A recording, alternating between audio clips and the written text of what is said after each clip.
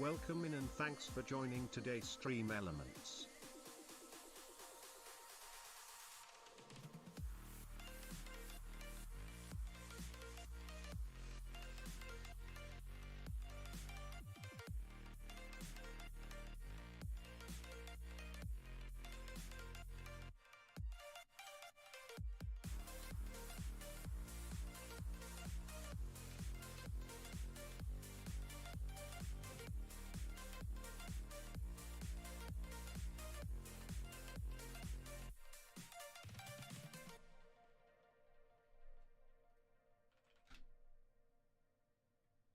Welcome in and thanks for joining today, Clarkio. An ad is about to start in 5,000 milliseconds on Twitch. There's an ad running for 180.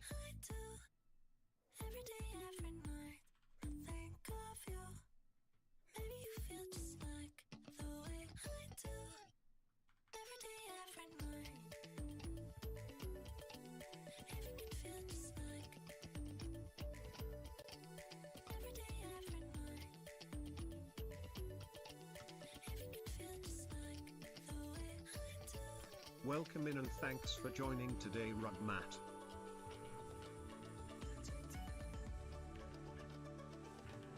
Welcome in and thanks for joining today, SMC Mai.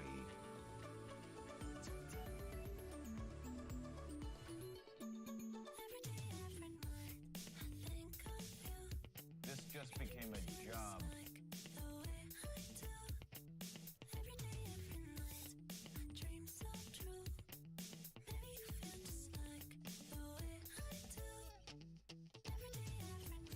Frackberg with the 57 months resub. I guess this can be my win of the week. Oh, come on. That's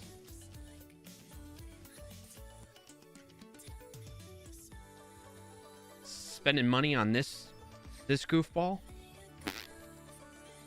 That's never a good idea.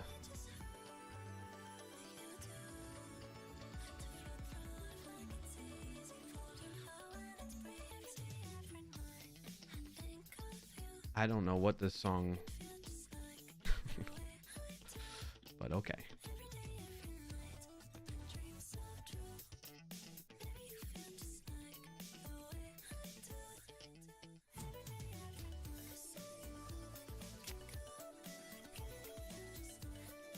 Everything's looking good.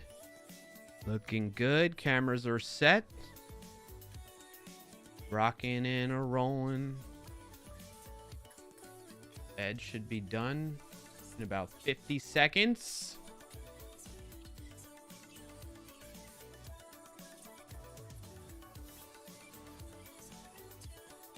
Boop-a-doop, boop, boop, boop. Boop, boop, boop, boop. Thank you, Frackberg, for the resub. Appreciate you, Brody. Brother. 25 seconds, and we dancing.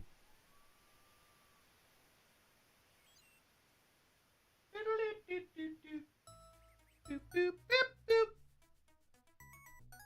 Is it playing the same song?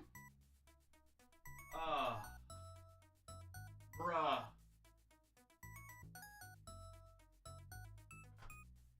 As the kids say, bruh. The kids in the neighborhood, they'll say that to me too. They'll be like, bruh. I'll be like, why are you calling me bruh? Or just react. They're not even calling me that. They're just reacting that way. Like, bruh. That's their way of saying, what? Ads are done. Okay, ads are done.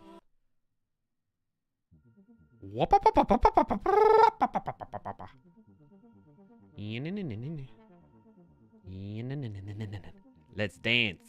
What's up, Rugmat, Frackberg, May? Appreciate you being here.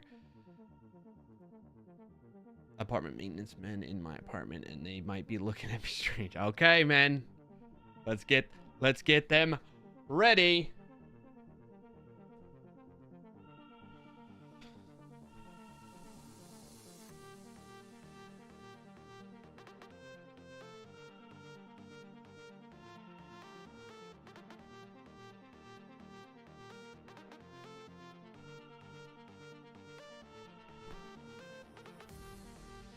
Oh, nice timing with the shadow rug mat. Love it, love it.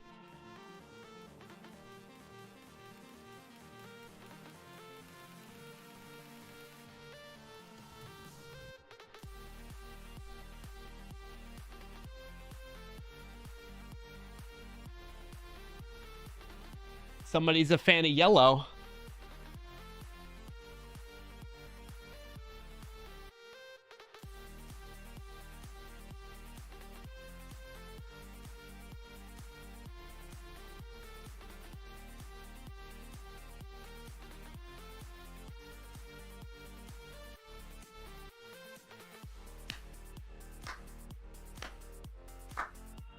Nine X blob dance.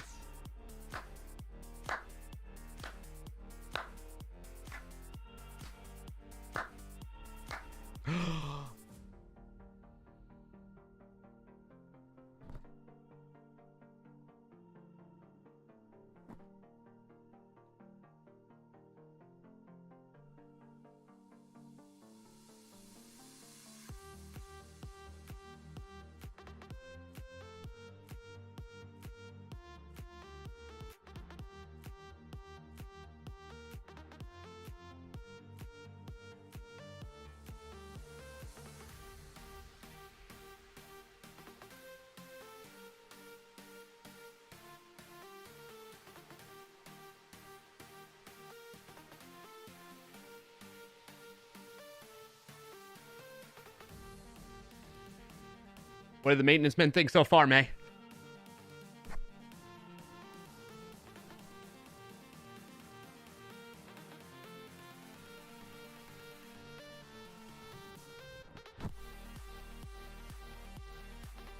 Woo!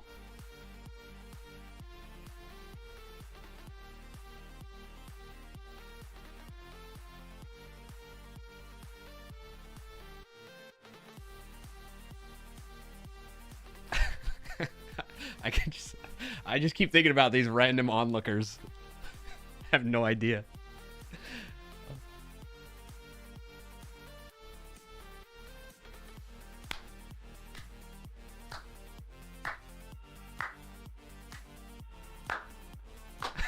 They heard me.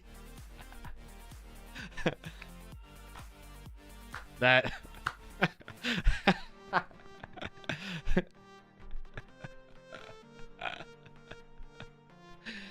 Oh man, that's a great way to start. That's a great way to start the stream. Hey, tell them to like and subscribe. Tune in, learn programming. Let's do it. Oh my gosh, replacing the compressor for the AC, that's not fun. Props to them. Big props to them. What is this song? Yup.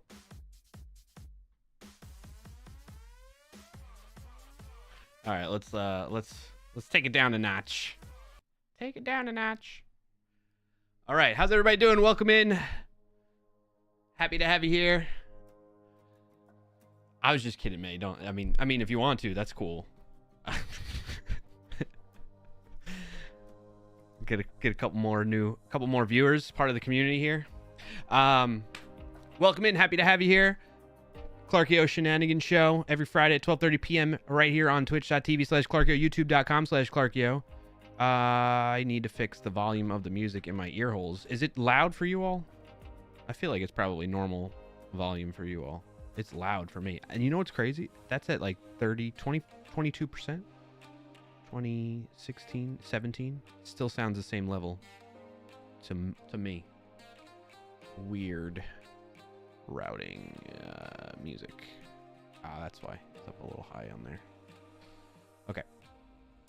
Welcome in. Happy to have you here. We have some fun in store. We're going to continue working on that Discord Wordle bot.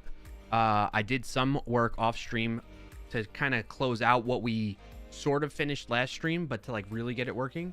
So we're going to kind of tinker with that a bit, maybe add some more commands, and then I want to deploy it actually separately. So those of you that maybe recall what I'm doing, it's kind of a hacky bastardization of GitHub Actions that I'm doing right now.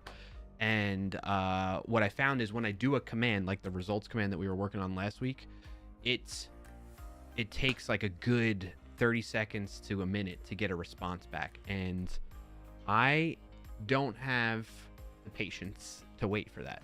It should be way snappier than that. And it's because of the architecture, right? That's what's going on. So we gotta look into maybe deploying it as a bot, like on its own, instead of trying to hack something together like this. If it was something where I didn't care about the time, like I don't care how long it takes for it to capture a new Wordle result and store that in the database and then tell you if you're a winner or not, or part of the winners group, that's okay to take a long time. But like if I send a command to it, I would expect it to respond faster than what it's doing right now. So that's kind of what I want to look into this week. What else? Then we're going to do the usual wins of the week. So start thinking about those while I'm going through this intro and opening up the stream here. What's your win of the week? If you don't know what that is, type in the command !WOTW in the chat to learn more about that and why we do that. Then from there, we will play Wordle. We'll see how I do. I think I've caught up a little bit, right? Last stream, I'm down by 2 points, chat. We're getting close to the end of the year. We also need to start talking about what we're going to do with whoever's the winner. You know? Oh, I'm down by 3. It's 21-18, chat. Dang. I only have a few more streams to catch up before the end of the year. So, we got to figure that out. And so, yeah. Wins of the week, just chatting right now. Then Wordle, connections, and possibly words on stream, depending on the timing and when I'm eating lunch. And then jumping into the technical portion, which is continuing the Wordle bot stuff. So, how's everybody doing? What you been up to? What's your win of the week? I'll start with mine. Actually, I didn't think of one heading into this, so I'm kind of thinking out loud with you all right now. What happened this week? Well, the elections happened. There is that. I think regardless of who won, I wouldn't have a win of the week. I'm just going to put that out there. Yeah, we don't need to get in the weeds of it. If you all want to talk about that, we generally stay away from politics here. Generally, we talk around it, like, and that kind of thing. I don't want to get into the weeds of it, because I just think, even with people that like closest friends, there are times where the conversations get heated and unnecessarily on my fault and on the other party's fault at times too. And it's just like, it's not productive use of time. So that's why I don't like condone talking about it on stream or in the Discord and that type of thing. So there's that. But so that happened this week. I was just thinking out loud, like that's what happened this week here in the US. Plus also, you all probably, if you've been here long enough, you kind of know, you can probably infer where I stand on things, I would imagine. I'll tell you, I think I've said last stream, I am registered independent. So I don't associate myself or identify as like one party or the other. So there's that. And honestly, all right, I'm going to talk about this a little bit. The one thing that, like, regardless of who you're for, the one thing that kind of baffles me a bit about politics in the US is it feels like, and I'm saying this knowing that it's happening on both sides too, it feels like people kind of get consumed by it to the point where it's like their whole identity is wrapped up in the leader of the candidate for each party. And then what ends up happening is that, like, you just get so wrapped up in it and it becomes part of your identity. You feel so, because you're so consumed by it and so wrapped up in it, it's harder. It's more difficult. I'm not saying it's impossible, but it's harder for you to take a step back and be able to be critical of the side that you kind of align yourself with, right? And I think that's not healthy. That's what worries me with the current, you know, again, this is the extent of where we're going to talk about this right now. I'm not saying I have hate for, you know, I don't have hate for anybody on either side, that type of thing. The observation I've been making personally, and I'm curious if you all have been feeling like this too, to some degree. Like, people get so consumed, and I'll admit, I've gotten caught up in this, like, in past elections, and I've been working on, like, pulling back in this regard so that I don't get to that point. Actually, I don't know that I ever got to that point, because like I don't put up a sign in my yard. I don't put a bumper sticker. I don't make a big hurrah about anybody, because I just feel like, and I'm not saying that that's a fault or a bad thing necessarily, but I feel like that's a step in the direction of getting to the point where it's like you're so consumed by it that you can't even think critically about the person that you're for. That's what troubles me. I think when it comes to politics, we and our leaders, we need to be able to see the flaws in them and be able to criticize when they do something that you don't agree with, instead of just always blindly agreeing with and blindly following that party just because it's the party you identify best with. You know what I'm saying? Because otherwise then there really is no progress, right? There's no way to improve and get better at things if we don't recognize the shortcomings, the failures, and the things that were done wrong, or the behavior that's wrong, right? So that's kind of like my higher level observation that I've been kind of coming to with politics in the US on the grand scheme of things, that it's just not healthy to get so consumed by it, that your identity's so wrapped up in it that you're incapable of, it's seemingly incapable of being able to criticize your party or your candidate, right? I think it's important to be like, hey, here's the good, here's the bad, and it's not all just good. They can do no wrong. They can do wrong, right? So anyway, that's the extent I'll say about it, and I'll give you all, if you want to chime in on that, that's fine. If you don't feel any pressure to. Again, let's keep it capped in that realm, okay? If you're gonna talk about it. Let me catch up on chat a little bit. So I never got to my wins of the week, but yeah. May says they would have to watch the VOD because this is their main job. Over 3,000 apartments. And oh, I got you. Okay, men have left. We'll be back in 1.5 hours to check it. Okay, cool. Well, I hope everything goes smooth with that maintenance, May. Pat says, hey, Clark, hey, chat. Win of the week. Thank you for sharing your win of the week, Pat. You've got to spend a lot of time playing Satisfactory and found your new current video game addiction. That's awesome to hear. Thank you for sharing, and congrats on that, Pat.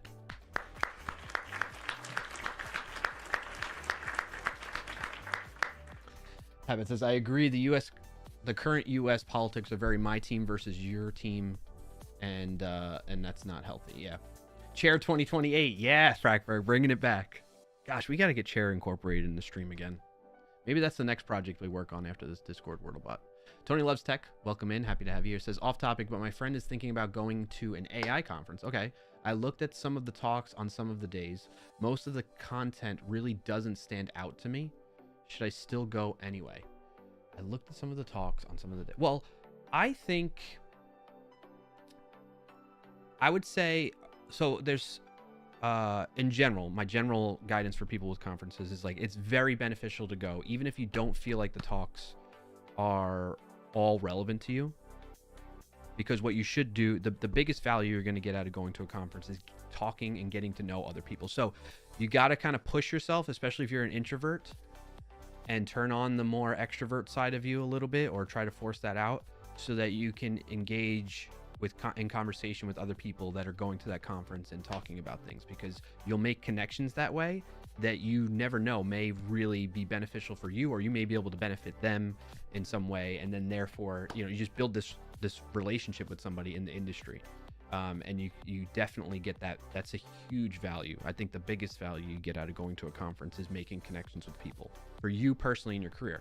For a company, they get value out of you. Those connections are good too, actually. That's value. Like if you create inroads with somebody that works at another company that could be a partner to your company, that type of thing, that type of stuff happens at these conferences where people come together around a topic, right? So I think my shorter answer to you, Tony, is that if you got the means to be able to make it happen, to go with travel and expenses and whatnot, and you got a buddy that you can kind of, that's the other thing that's really crucial. Like going on your own is kind of tough. Going where you at least know one or two other people or something like that is super helpful, because then you always have that person fall back on to, it's just always more fun to go with friends type of thing. So with anything, right? But it is possible to go on your own too. I wouldn't I wouldn't rule that out as well. So yeah, short answer, I say go, because the biggest value you're gonna get is not necessarily from the talks, although those are great and they do bring a lot of value in a lot of cases. But the biggest bang for your buck is the connections. Networking. It's it's a cliche thing, but it's true. It's true to me, like long term. When somebody's asking for like advice to get hired, and people respond saying you need to network, like it's true, but networking isn't like a short-term solution. Like a lot of people need a short-term solution to get hired quickly. Networking isn't necessarily going to do that. You have to build a relationship with people, and that takes time. And then that way, that network, then you can get that kind of value out of a network like that, where you can get hired quickly, So, anywho, hope that helped. Tony. I identify as independent as also. Okay, yeah. Rugmat, we want chair. I'm gonna reimburse you on that one. I don't have it all. I mean, you're saying you want me to leave? Because that redemption used to be chair would come on and actually talk with you and like code. And so, we don't have the setup just right for chair. Right here, buddy. We don't have the setup right now for chair to be able to do that. Chair has been very much, off stream mentioning this to me, but we just got to figure it out. We got to get chair set up on this new setup, which is not new anymore. It's like a year old, but you get what I'm saying. So the redemption was one of my finer ideas. Yes, I will. I got to reimburse Rugman on that one. Reject and refund. I should probably just disable that one, huh? May says, always a chance to learn, never know. I think you should go. Yeah. By the way, the conference is in my city, says Tony. Okay, well, even better. That's awesome, which is why I'm thinking about going. Yeah. But yeah, that seems like a no-brainer. It won't hurt. It's like a net positive no matter what. So, I say give it a shot. If I were you, I would check it out. Thank you for the chair emote, Rugman. I think, don't we have a chair? Tony says there's even free lunch every day. Yeah. Yeah. I think you're convincing yourself more than me convincing you, Tony. Yeah. Pat says, I cannot wait to get back with a company that will send me to conferences. There we go, yeah. That's it, Frackberg. That's what I was thinking of. Hold on a second. We're going to make this happen.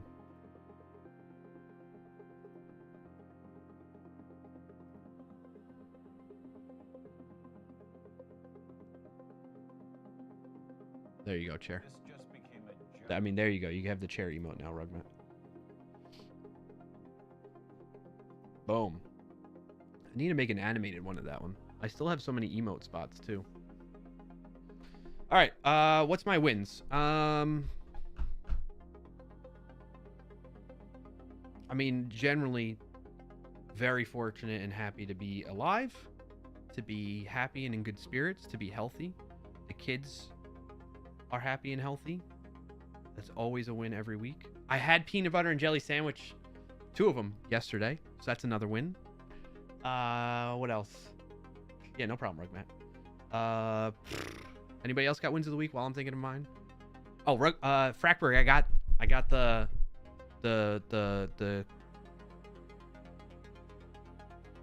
I don't know why I'm doing this motion. The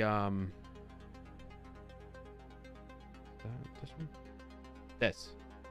The mic arm. So much better, dude. You're absolutely right. And the benefit of me getting this one to replace my other one is I use my other one now for my other microphone when I'm recording.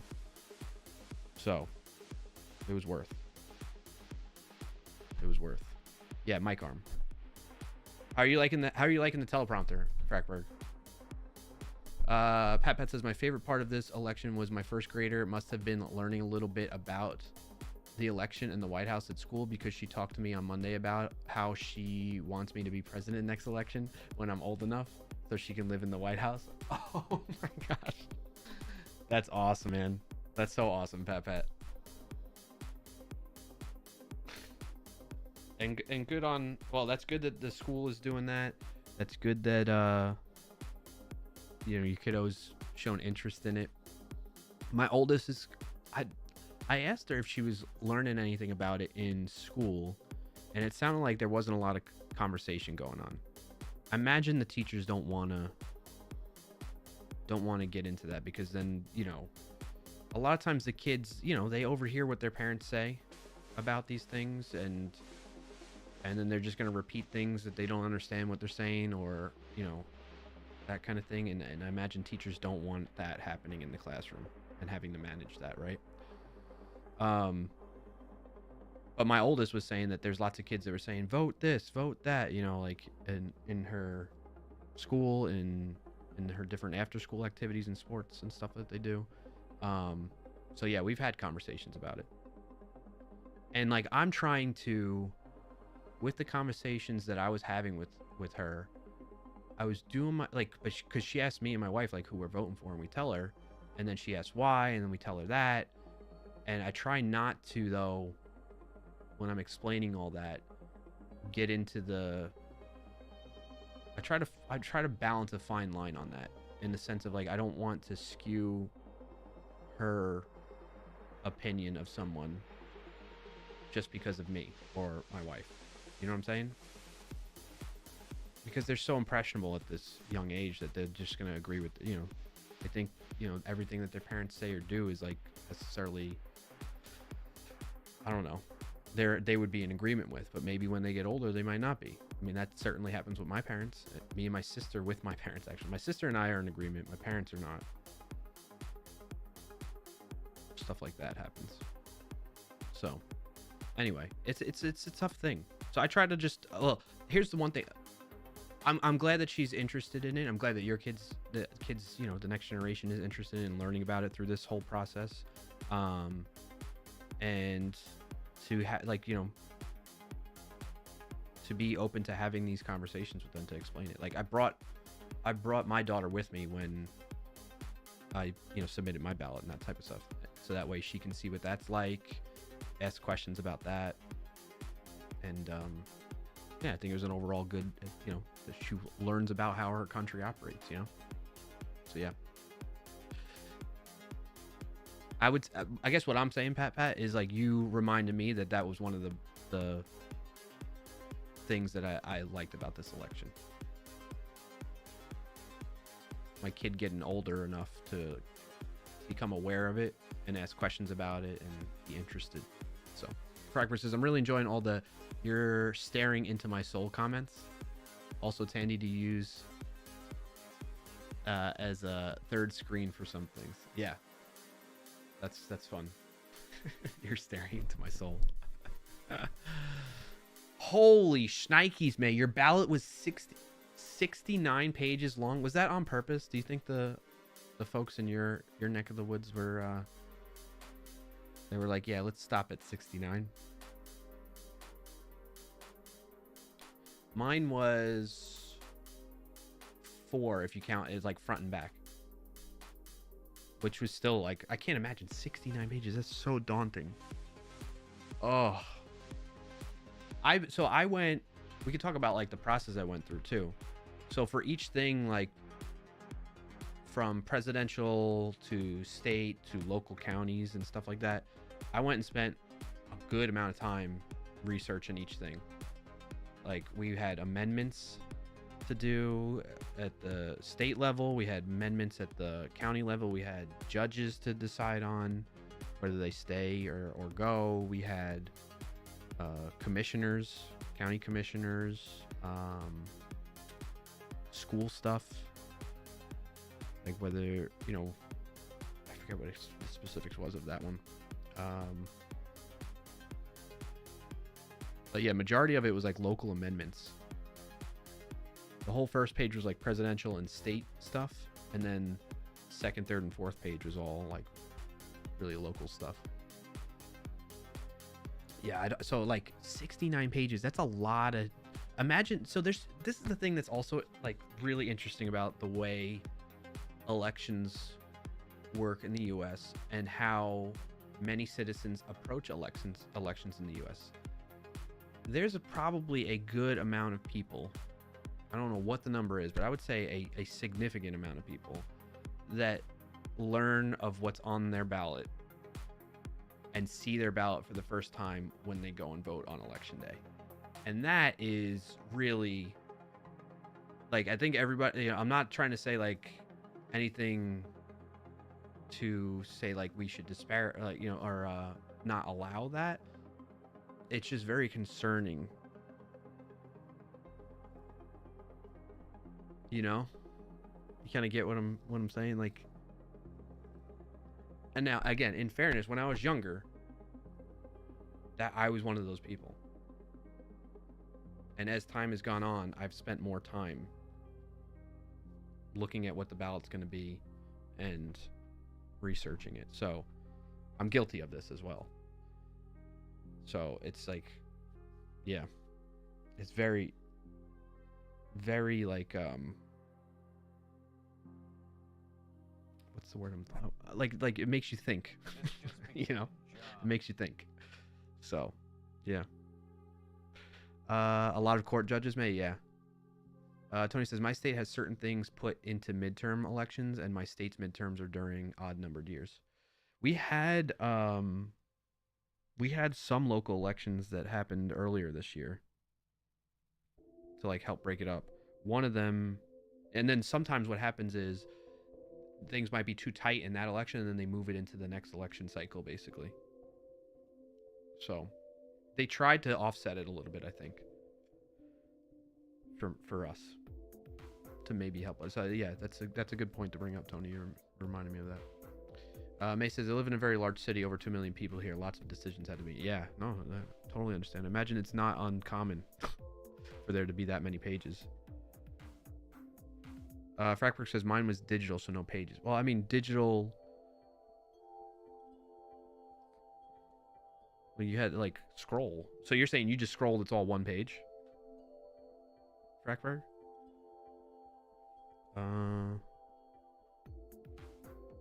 Also, Sean A., good to see you, buddy. Thank you so much for the 79 months resub. Holy moly, that's a long one. You said, oh, politics, great conversation topic on Twitch. Right. Didn't somebody get banned? Somebody that I don't even know. Somebody that goes, like Destiny or something like that, I think they go by. There's so many people that do a lot of political stuff. No, I'm being pedantic about the word pages. Okay, fair enough, Freckberg. You're trolling. You're just trolling, gonna troll. Tony says, can't relate, my ballot was short. Freckberg says, I suppose my setup, it's actually more like a fourth screen. Hey, that's still nice though, man.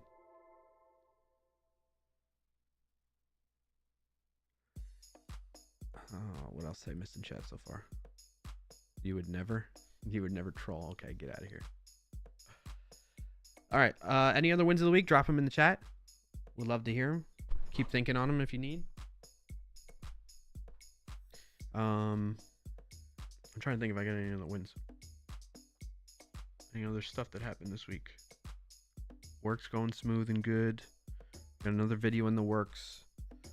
I'm going to do a video on our Discord Wordle bot too. I want to do like a more general, like a lot of our videos has always had like a strong tie into security for the Sneak channel. But I want to, we've been talking in our end of year meetings and stuff like that of like, okay, this is what we've done so far with the YouTube channel. How do we improve things on it? How can we, let's get even more creative and brainstorm on that. And so one of the things is like, let's do more broader topics that can appeal to a broader audience maybe. So I'm going to start experimenting with that, and I'm going to use the stuff that we, you know, why not use the stuff that I've been working on the Discord bot. Case in point, actually, in this next video that I just recorded this week, I used some of the, it's on the tryhackme.com stuff, and I have the editing team. They're going to use that clip that I think Rugmat made, where I had that aha moment of performing my first reverse shell, and I was like, oh wow, that's cool, type of thing. So that's gonna be in the next video. Yeah. May says they would have to watch the oh my, no, that's really old. This chat hasn't updated here. Okay, I don't know why this chat is not updating. There's always like one chat, like I have 4 instances of the stream chat as like backups all around. Main one is here, which is the StreamerBot like app that does it, where it integrates YouTube and Twitch. Then I have on my left the Twitch one, plus OBS has the Twitch one, and then on my laptop is like a secondary monitor to monitor the stream output. Really, has the Twitch dashboard up with the Twitch chat in it. Just in case you were wondering.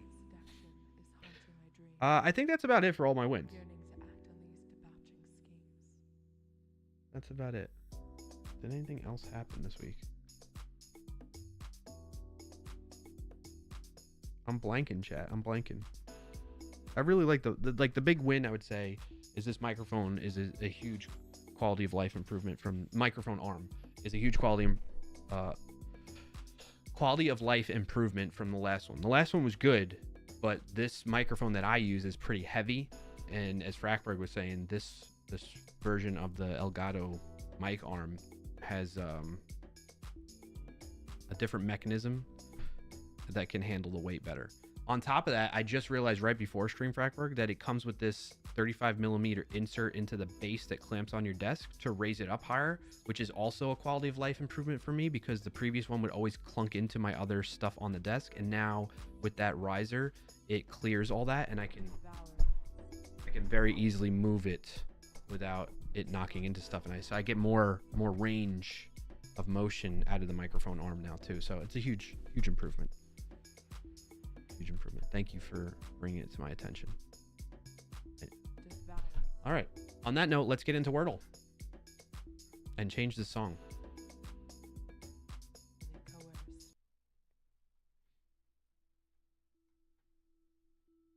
Wordle. Yeah, that would be nice. What is wrong with my brain today? Wait, I'm missing what you're talking about there, Freckberg. Sorry, buddy. All right, chat. I am down by 3 points. Your score is 21. Mine is 18. Let's see if I can close this gap today. And I didn't reveal anybody's answers from today. So I know Huggins, Rugmat, and Frackberg have submitted their results for today, and they all got pretty low, between 2 and 3 guesses each. So hopefully I'll end up in the same boat here. Frackberg says I'm going to lurk mode, lunch break over. Okay. Thank you for the lurk, buddy. Enjoy the rest of your work. All right, we're starting with farts. Okay.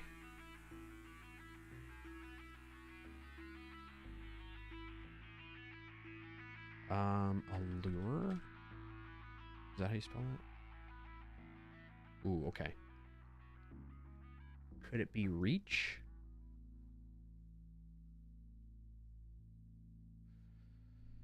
R-E-A, because A doesn't go there, R doesn't go there. It's probably starting with R or ending in R.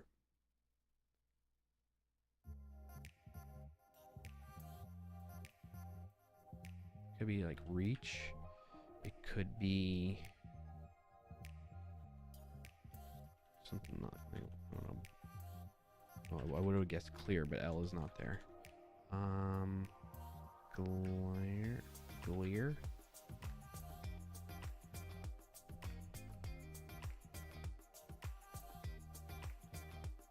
Where? No. It's gotta be like reach, right? Has reach ever been the word before, though? I don't know. Because, like, I'm thinking XX, even if it was like, I don't know, VER or something like that, the A doesn't go there. The A has to be either here or here, likely. And then it's an R. So it's like ER.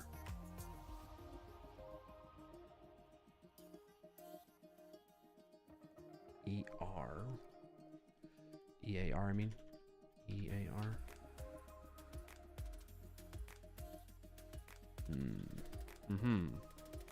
Just want to try one other thing here. It could be like XEVAR. What would that be? Or rebar. Is it rebar? That could be a good guess. Rebar? Because I feel like reach has been it before. Oh. I need to get this. Is that how you spell rebar? Oh, it could be cedar. Cedar. Do I guess that? I think I'm gonna go with that because I get more letters in there.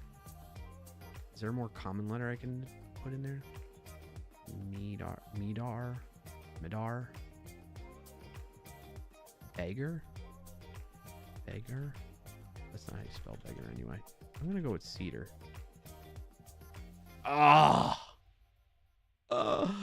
Okay. Oh wait, there's a D though. I got that right. All right, chat. You're getting another point. REA. Is it ready? Yeah. Dang. I was originally going with like, oh, it probably starts with an R. And then I switched to ending in R. And thanks for joining today, 08. Yeah, point plus plus. Let's do it. Oh, let me copy my results. So did I do that? I think I already did that. I'm going to submit my results. So I'm not even on the winners in the winners circle for today. We could see that current winners with 2 attempts is Rugmat. Rugmat's got that in the bag, I think, unless Triple B or somebody comes in and does it. Oops, why is that still copied? It's my title from earlier. Share.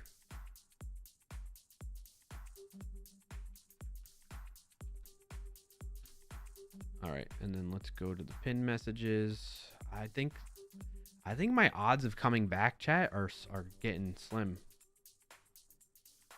22. What's the 8th? You have a 4-point lead on me. I need to think about this. How many streams are left? Does this have a calendar associated with it?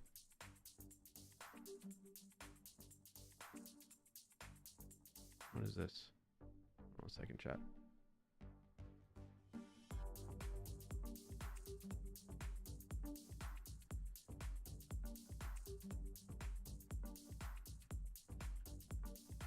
Calendar view.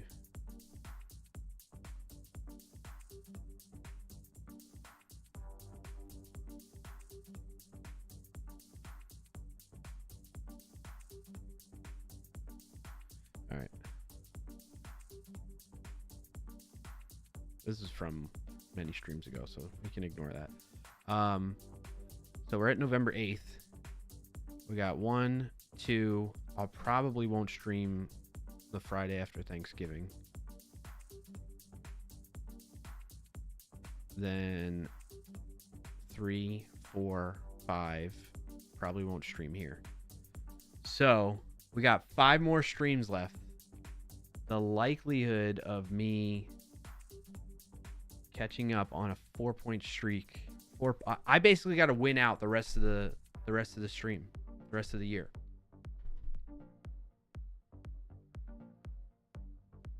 I got to win out the rest of the year in order to beat you all. And then we'll figure out what we're going to do in January. Like, we'll still keep playing for that year. We'll figure out what, results. Let's bring this back up. We need to start discussing this. Probably in December, we'll just start discussing it. What we're going to do as a result of you all winning. We talked about donating to a charity. But I feel like there should be a consequence for me, too. Like, we'll do that, obviously. But there should be a consequence. So why don't you all start brainstorming on that a little bit? We'll dedicate some time in a stream as we get closer to the end of the year to like really iron that out and solidify what that's going to be. Donate to a charity is a financial consequence. Welcome in and yeah. Thanks for joining. What's up, Frank? Good to see you, buddy. Welcome in. What's your win of the week? That or you need it to be farts one of these days. Oh, yeah. Oh, yeah. If it was farts, would you all be like, yeah, you just win, Clarkio, you win. Ooh, consequence would be Clarkio after Darkio is now required once a week. Oh, yeah. I think if it's farts, you get 3 points. Okay. I feel like the point should be way more than that because the odds of it being farts are very slim. As of right now, there's no possibility. unless somehow the editors at the New York Times that run the game add it back in as a possible solution. You know what I'm saying? I'm just making it equal to you missing completely. I got you. Okay. Oh, I see what you're saying. If I get it in the first guess, if I were, let's say I didn't use farts and I got it in the first guess, I got you. Yeah. Yeah. Yeah, we got to figure it out. I don't know. I think I got to leave it up to you all that like to troll me what a good consequence would be. Like more of like an in-person type of consequence for me. I mean, either that or another Brian fixes things stream. Oh, okay. I see what you're saying. A dryer stream. We could do that. I got some projects. I gotta, like my daughter's bike, I gotta put a new inner tube on the back wheel. It's more of a pain. That would be like I don't know, maybe a hour stream though. You know, adding in time that stream would do. Not that would normally take me a hour. Ooh, good luck, yeah. I did it on, here's the funny thing. So she got this bike Christmas last year, I think it was.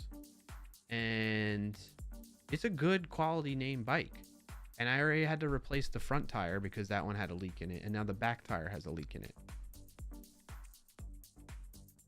So what the heck's going on? What's going on? So it's just like poor quality inner tube. Everything else on the bike is great, but the inner tubes keep leaking. The front and the back now. Tubes are consumables. They go bad. Yeah. It's not like she's...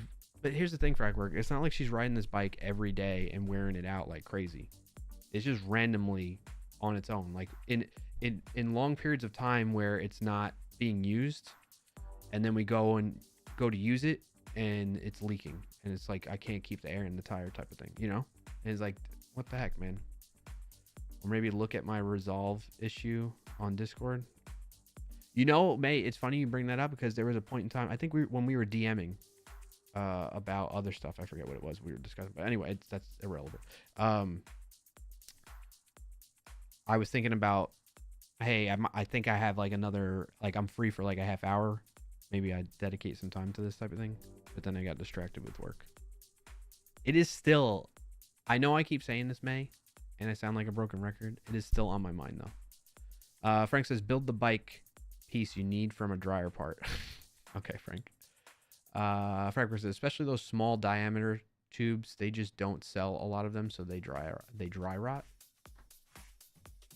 Oh, I get what you're saying. Yep. You could do some roofing, like tables that...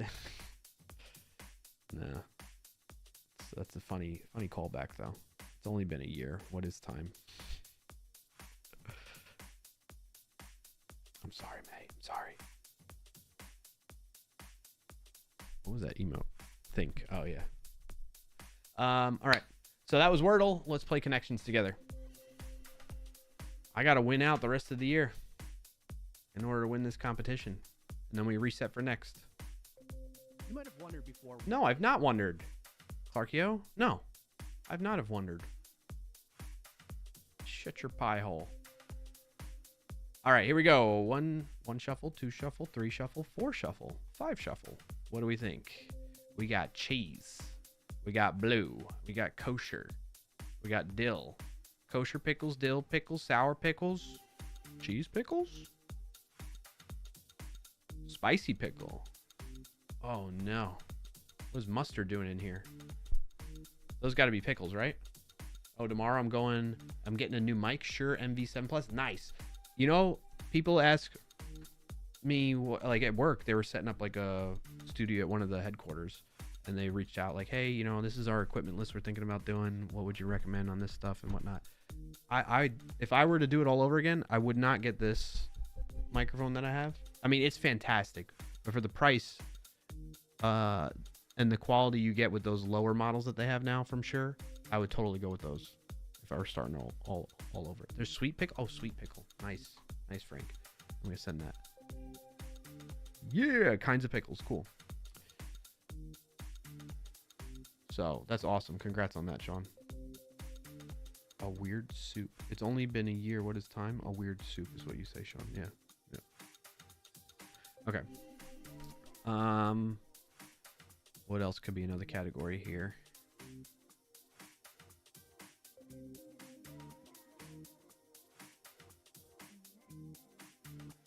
Stunt, antic, exploit.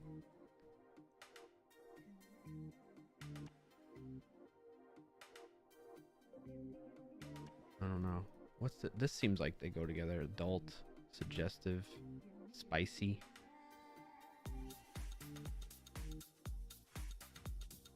What do we think, chat? What do we think? Cheesy. Stunt, exploit, caper, antic. Send it. A escapade. Okay. I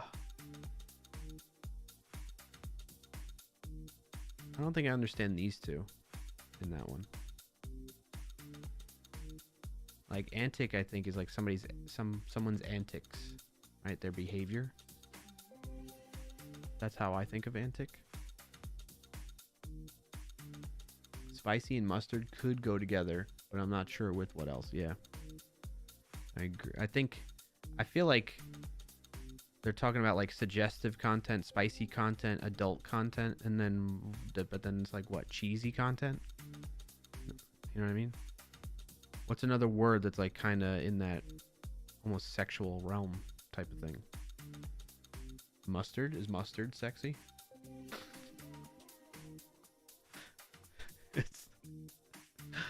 Is mustard? What about a deck? Is a deck content if you change a letter? Yeah.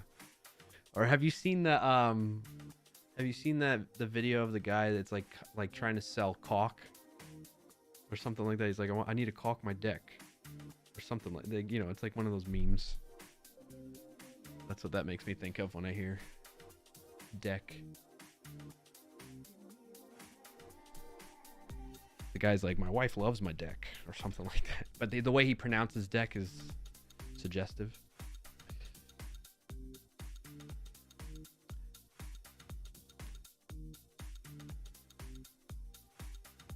This is definitely meant to like, these two are meant to like mess with you, so they probably don't go together, I would guess. And these two are probably meant to mess with you. Blue cheese, you know? So I feel like, oh, is it like chicken cordon bleu or something? I don't know. Maybe, I don't know. Like the SNL video with the cork suckers? Yeah, probably. I don't think I've seen that one, but yeah.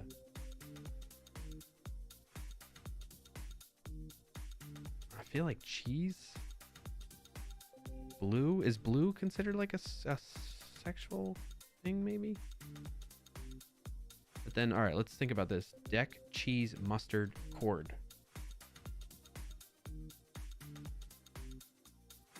Pool deck. You have cheese in the pool, cheese, pool mustard, pull. Oh, pull. Maybe like you pull a cord. Cord pull. Cheese pull. Cheese round. Cheese wedge.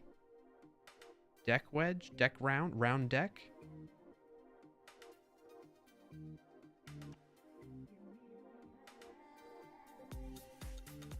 Parachute cord, right? I'm thinking like that, kind of. Umbilical cord.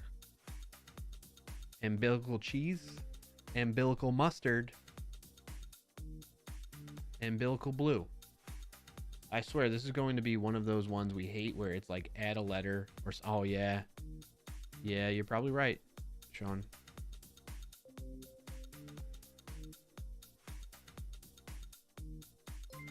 Thank you for the follow.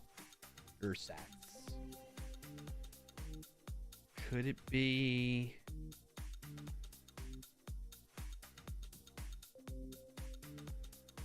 Is that the SNL skit, Frank? I'm not gonna watch that on stream. I'll save it for later though. Thank you, buddy.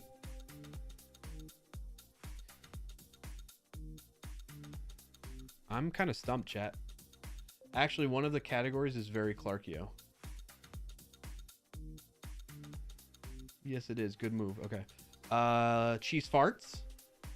Spicy fart. Blue fart?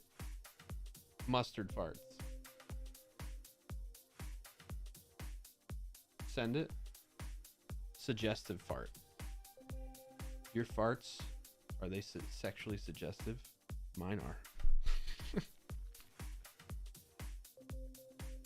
Boom, boom, boom.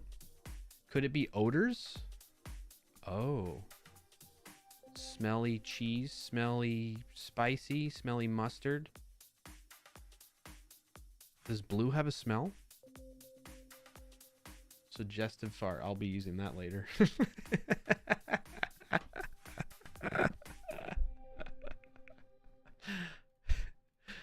Oh. That was a belly laugh right there. Oh man, that was good. Thank you for that, Freckberg. You're supposed to be lurking and working, buddy. What are you doing? Welcome in and thanks for joining today, Jtsum. I was thinking that. Why do I think blue is something to do with sexual? Good to see you, JT. Welcome in. Risque. Why is blue considered risque? Why? I feel like I heard that somewhere, but I wasn't so certain about it. And then you came in and dropped it, and I was like, all right, I'm going to send it. Because it is reasons. All right, yeah, I guess we can't really talk about that. All right, what is the connection here between these four? Dick, cheese, cord, and mustard. Blue Midnight was a TV series when I was young. Tony says blue balls. I don't think that's the case. It's an understandable guess, but cut the cheese, cut the deck, cut the cord, cut the mustard. Really? You can cut mustard? No. Cut the mustard. What does that expression mean? Hold on. Cut the cheese, cut the cord. Got it. I've heard that. Going blue means to speak in a crass way. Really, Tommy? Well, welcome in. Thank you for being here and dropping that first time message. Appreciate you. I don't know if going blue is the correct term. Yeah. That's, yeah. English language and things. I mean, you can cut anything if you try hard enough. But like these are supposed to be like expressions, right? Cut the cheese means, you know, you farted. Cut the cord, meaning like you're attached to your mother or something. Cut the deck. What expression, what is that supposed to mean? And cut the mustard. I feel like I gotta look this up, but I'm afraid to look this up on stream. Today you learned crass way. Yep. I'm gonna hide my screen and look this up really quick. What does cut the deck mean? Oh, cut a deck of cards. Okay. That makes sense. Cut the mustard. To suffice to be good or effective enough?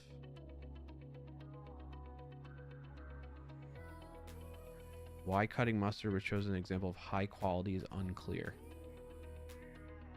Mustard seed, which is hard to cut with a knife on account of its being small and shiny. Mustard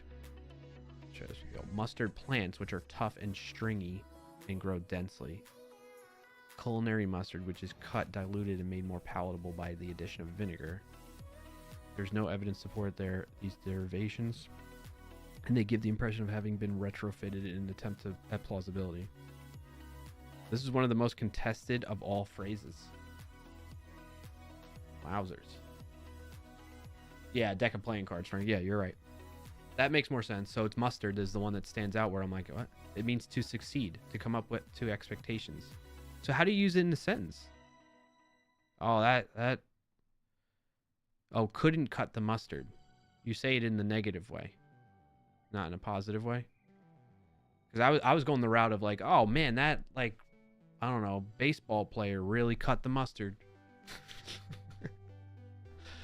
Blue is typically used when talking about comedy, I think. Yeah, I feel like I kind of vaguely recall hearing something like that, Tommy. Frackberg, made more palatable by the addition of vinegar. How bad is straight mustard then? Right, because I don't really like the vinegar taste. Or the smell of vinegar, for that matter. Wow. Oh, wow. Owen Wilson, wow, right here.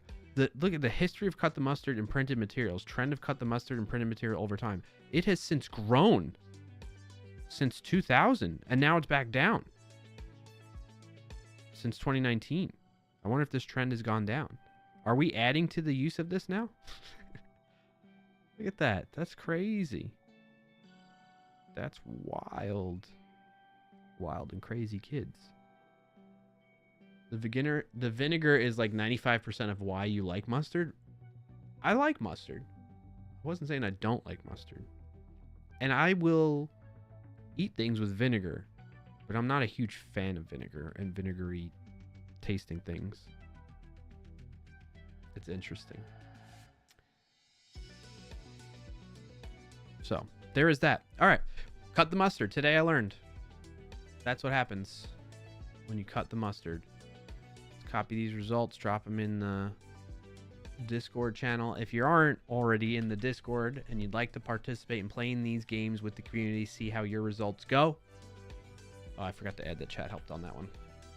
You can do so by using the Discord command, !Discord, or you can just go to clarkyo.com/Discord. Welcome in and thanks for joining today Code with CM. Code with Sean. Good to see you, buddy. Welcome in. Happy Friday. What's your win of the week if you got one to share? I drank a bottle of malt vinegar when I was a teenager to win a bet. Worst $20 I ever earned. Oof. Oof. I'm surprised you didn't, from then on, hate mustard. All right, shall we play a little words on stream? Maybe not yet. We're ripping through the agenda today. We already just chatted and did wins of the week. We did Wordle and connections all within an hour. That's crazy. Yes. You only have 30 minutes to play. All right, perfect timing then, right? Let me get set up. We'll get the mirror link dropped in the chat. If you're watching over on YouTube and want to participate, you gotta come on over to Twitch. It's the only way. Or you can, I guess, go to the direct mirror link. Mirror link is in the chat now.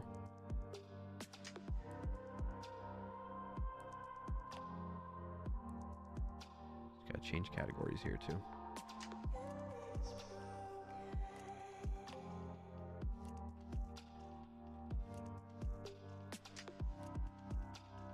All right, here we go, chat. We ready?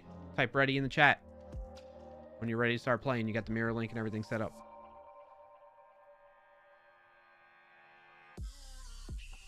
While you're all doing that, type ready in the chat. Ready in the chat. Shut down these cameras so they don't get burned out, overuse.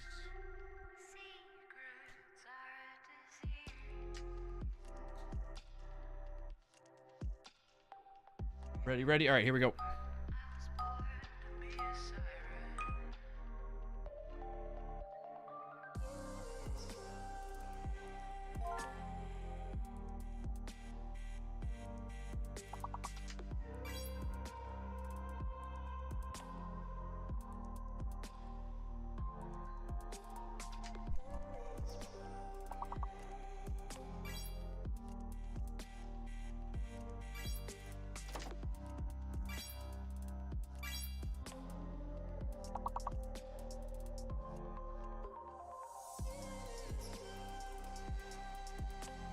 Welcome in and thanks for joining today Peakside Pattern Guys. What's up, Pex?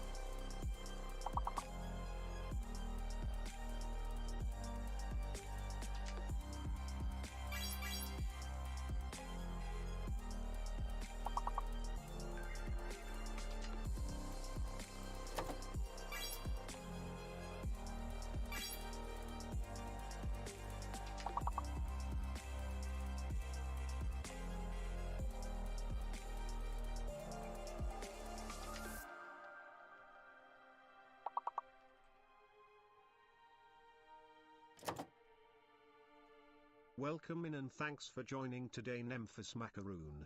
What's up, Memphis? Happy to have you here.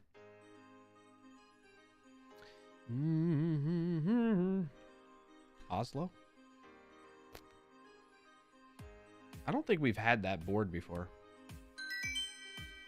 Nice job. We skipped 2 levels. Pretty good, pretty good. Ooh. Expo?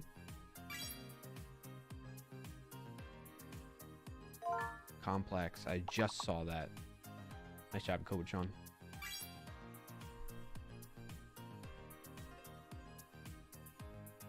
COME.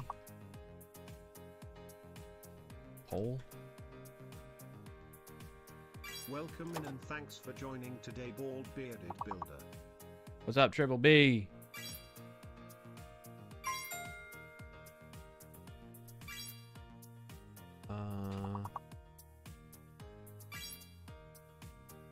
Mole, nice. Is Cole a word? No. Cope. Moxie. Mox.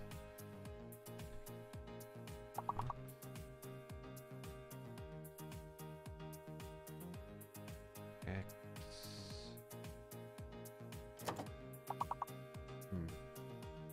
Exxon.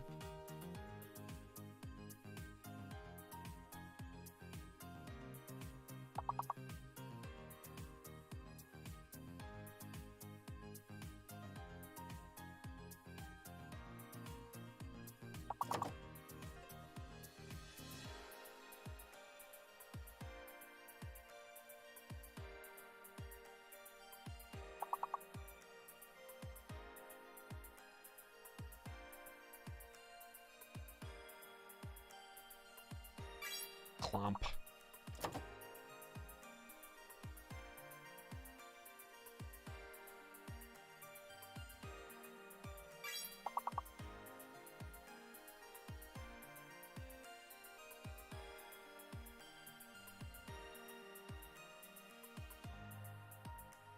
That was a tough one. Hey, we got 3 levels skipped on that one, though.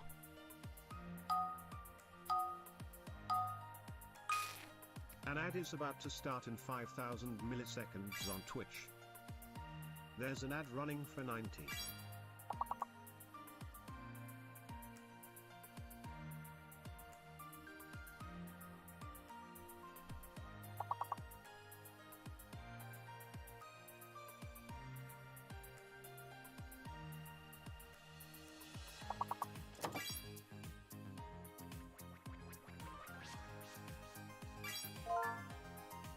Target.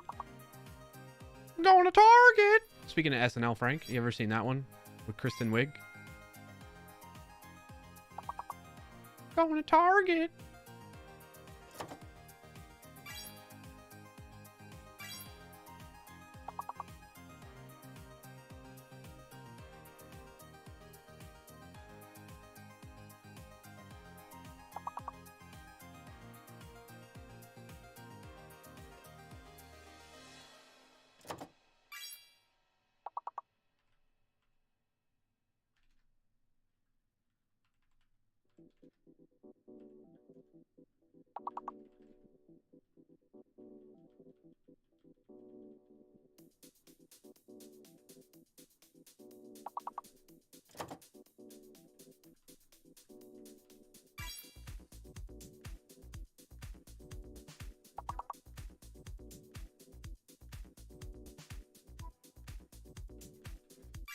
Tater tots.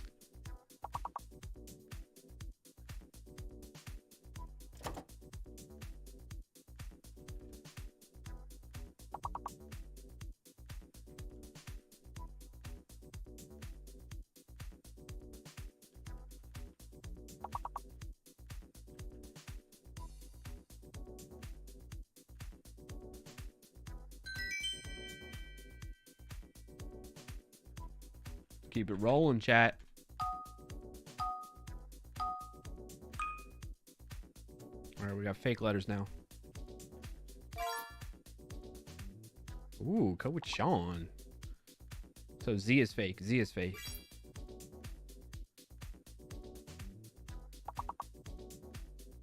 Somebody do Q's. Yep, Kobachon's got that. Z is fake. Z is fake. Sue's. C's. Yep. I got Sue's.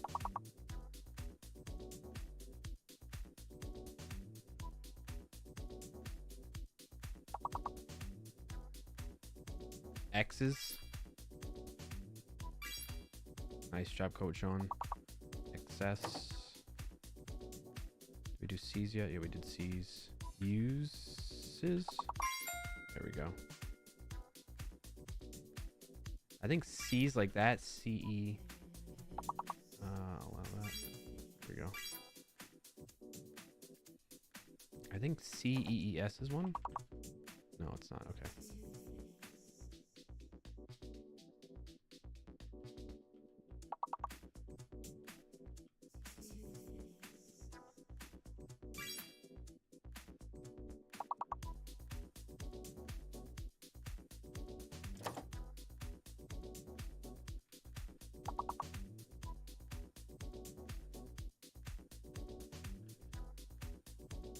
Essay. ASA.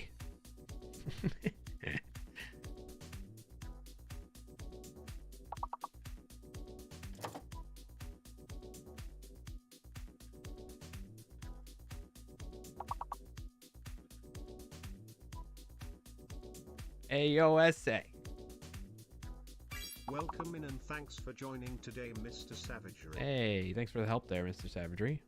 First time in. Appreciate you being here, helping us out. Next round, here we go. Level 12. We're rolling. We're rolling. Weird. Nice. Somebody do ride. Wide. Dire. Ired. Nice job, Mr. Savagery.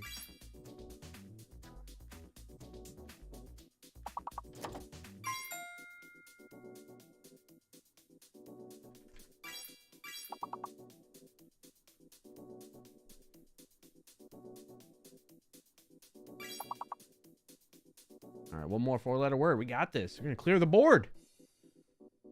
Ride, wide, dire, wire, ired. Weir. Well played, well played. Speed run, speed run. You're just guessing ahead of time there? Built triple B. Slight. Okay, we got all the letters. Lights. Nice job, May.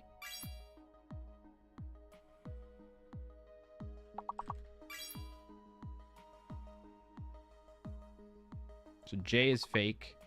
L-I-G-H. T is hidden. J is fake. T is hidden. Just look at slight. The letters in slight will tell you.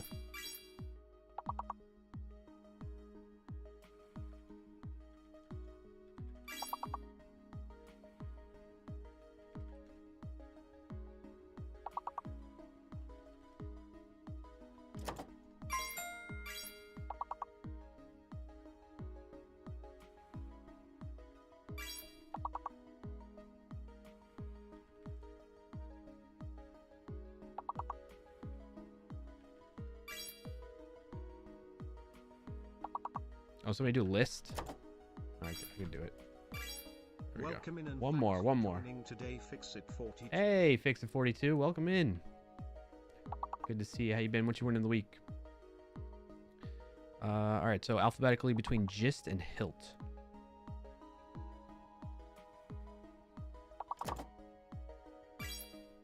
Gits. Nice. Nice, nice, nice. Whoop, whoop. We are cruising. Level 18, getting difficult. Ooh, house moose building. Cheeks. Checks. Okay. Checkers.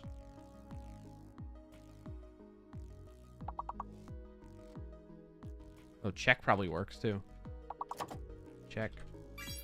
Cheese. Cheers. Rechecks. Nice job. Nice job.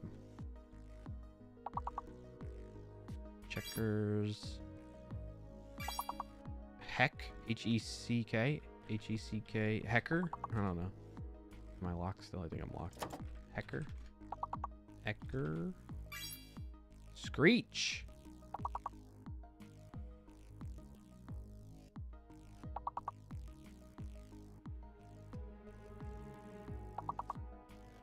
Cheese. Chess. Cheese. Crutches.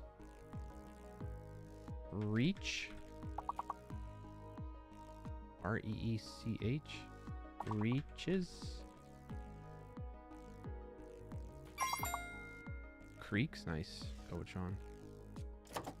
Reeks. Yep, creek. Creek like that. Nice job, Triple B. Seeker. Seeker.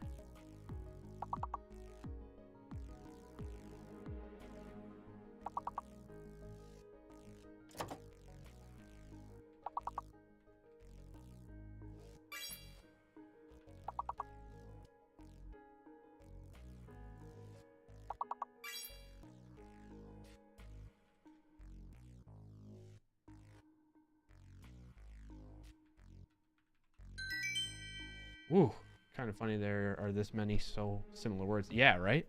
All right, I might need to get notepad out here. Hold on.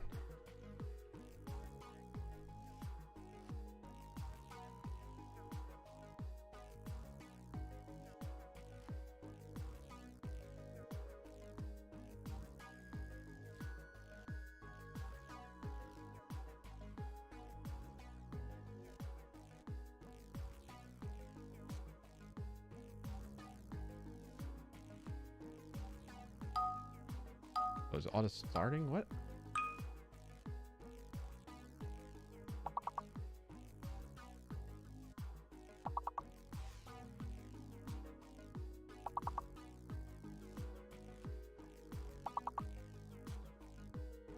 I don't know why it auto started. Here's the mirror link again.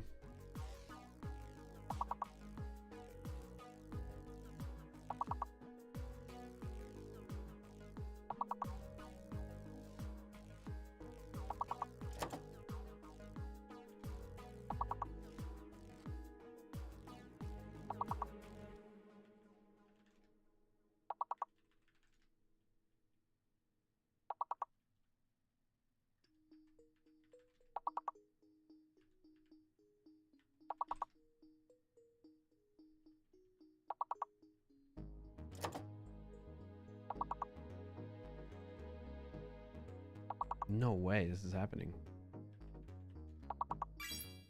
Ooh, what was that? Pex. Sugar.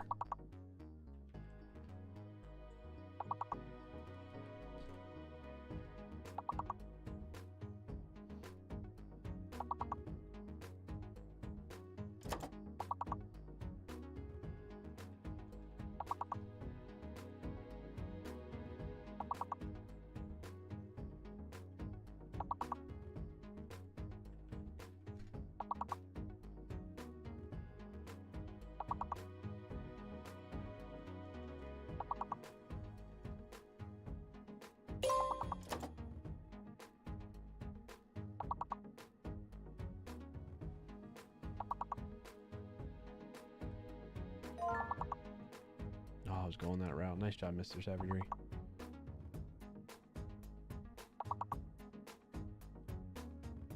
Dang, we just got annihilated on level 21. It's so hard. House, mountain, building, horse. All right, we'll play another round. That's a good one though. I don't think we've passed level 20 in a while, chat. We got to like level 18, I think, last stream. Oh, nicely done.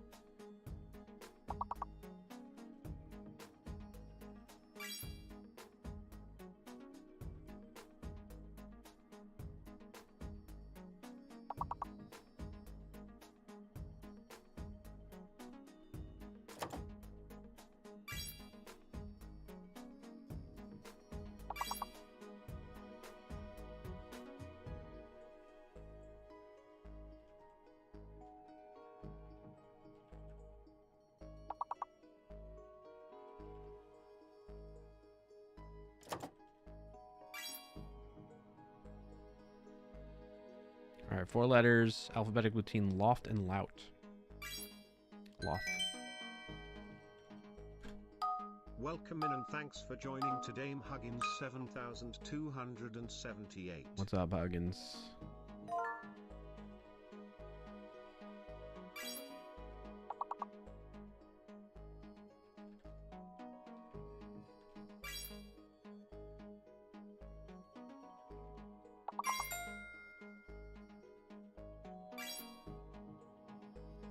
Riz.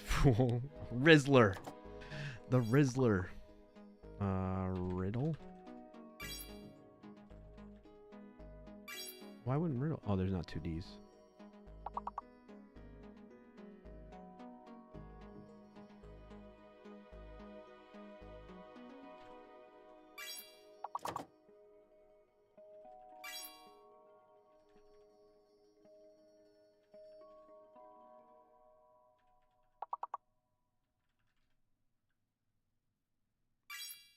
Boom. Rolling.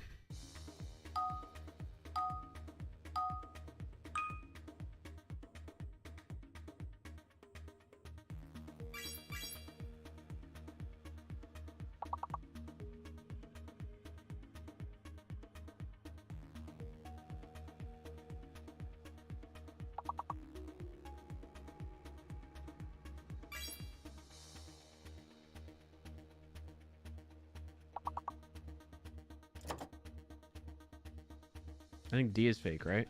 Yeah, D is fake.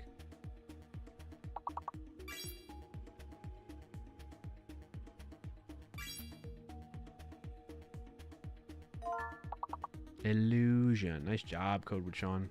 Ooh, you just beat Mr. Savagery on that.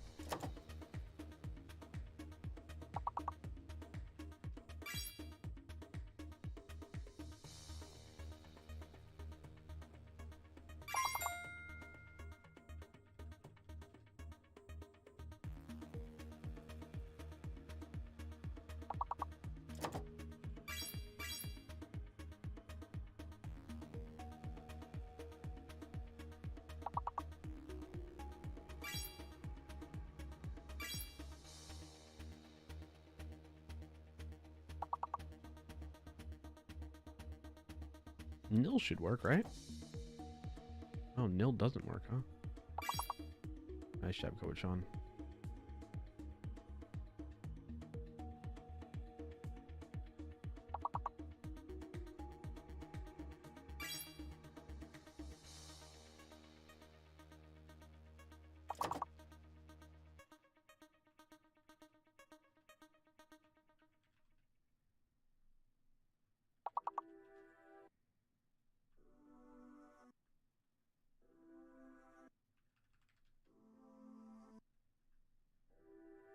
Pretty good, pretty good. Should skip 3 on that one, yep.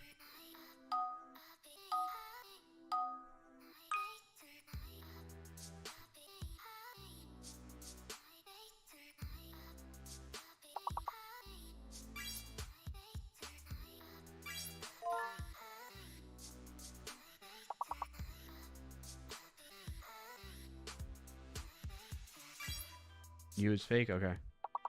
Why did that get... Bullying is the reason why that got held, Code Sean.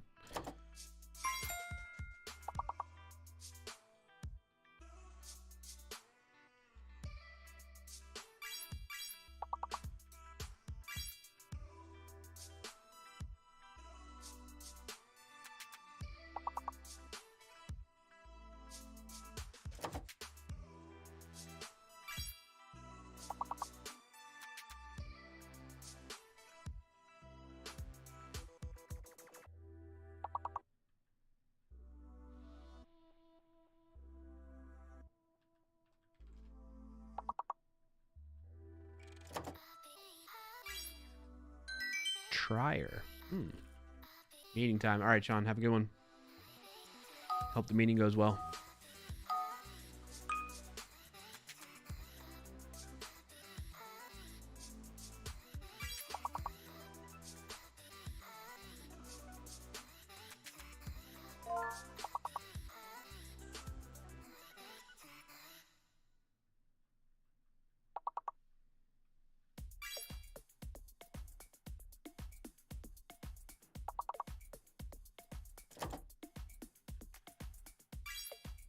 Why doesn't adorn work?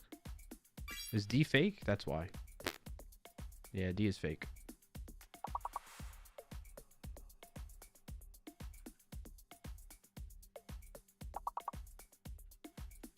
Crayon. The way the South pronounces crayons. Crayon.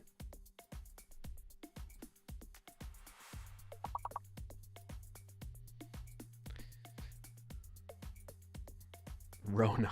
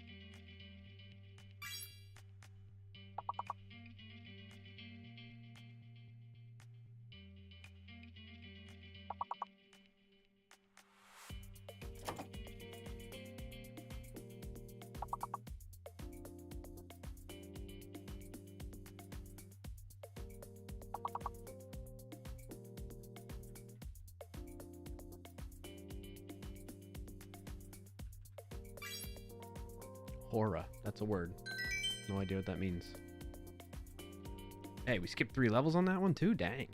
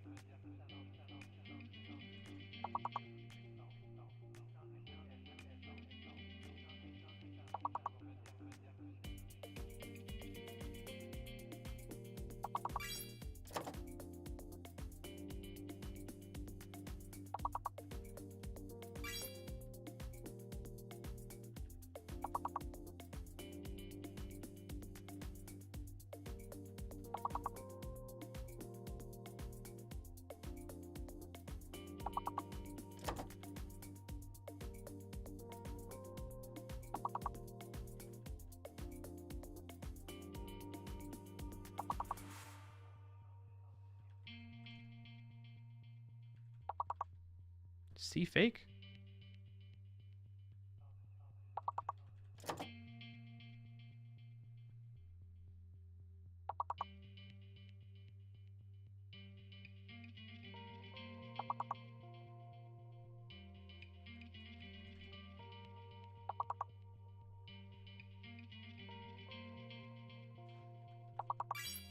Oh, T is hidden. T is hidden. Oh, I knew that already. I got riots.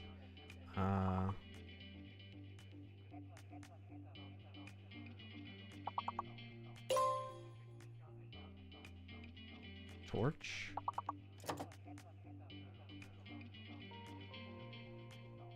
Oh. Torches. Torch. And I just do that. Why did I add the S? Oh, tough loss right there. All right, I'm going to take a quick... I'm going to run it again. We're going to play another round. I'm going to take a quick break. Go see about some lunch anyway. And then we'll go from there. Okay, chat? So keep it running. I'll BRB shortly. But here's some words on stream still.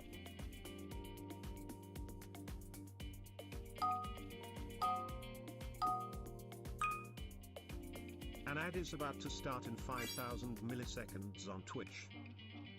There's an ad running for 180.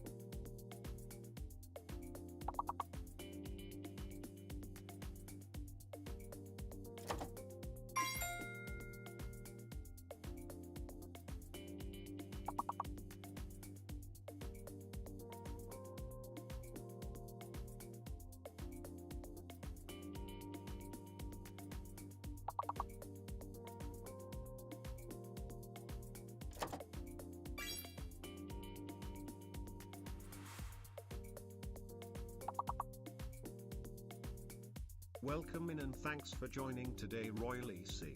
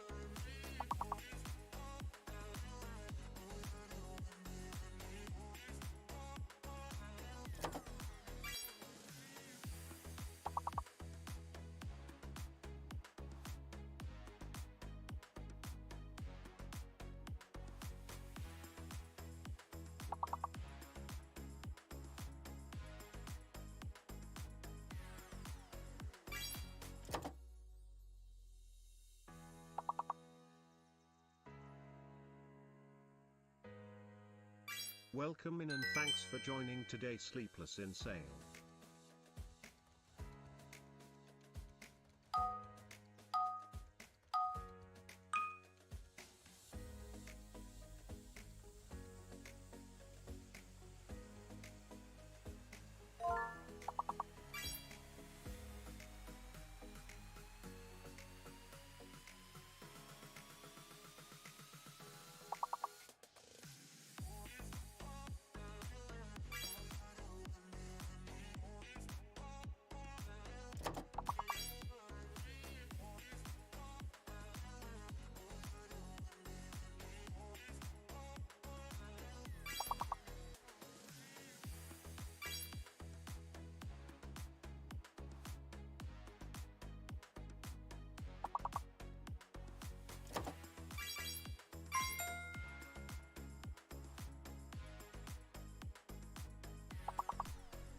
All right, I'm back, chat. Oh, nice job. Welcome in, Sleepless in Sale. Put the lunch break up.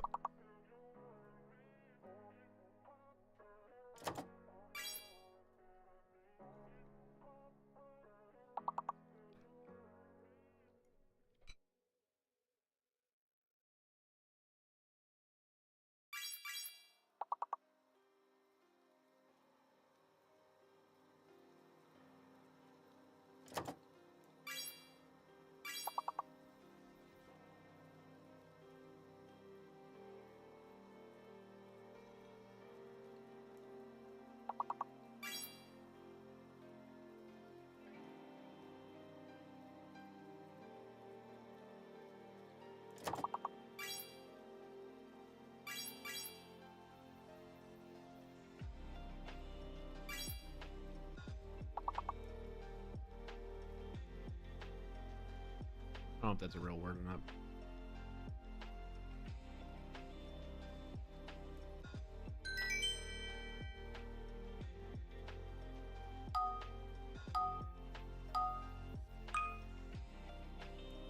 Whoa, this is a weird board.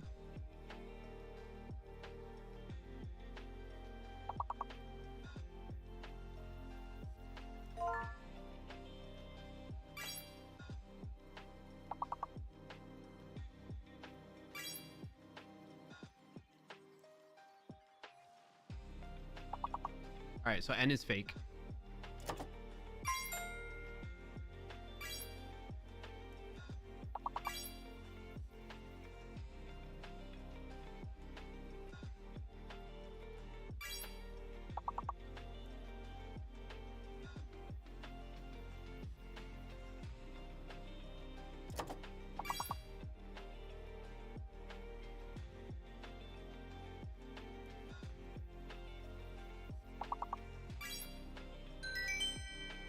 Wow, nice job, chat. That was an odd board.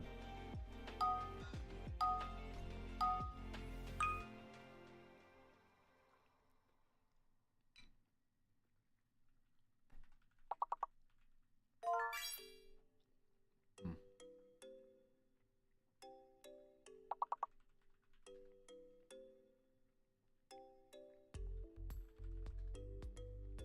Oh, V is fake.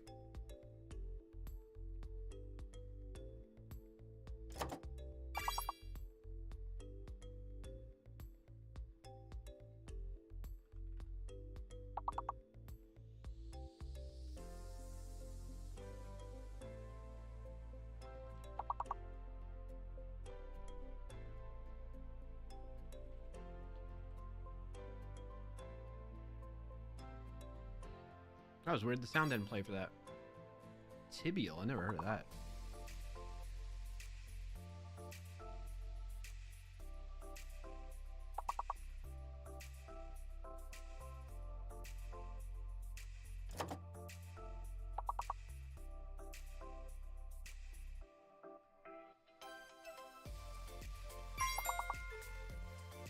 Lady. Wow.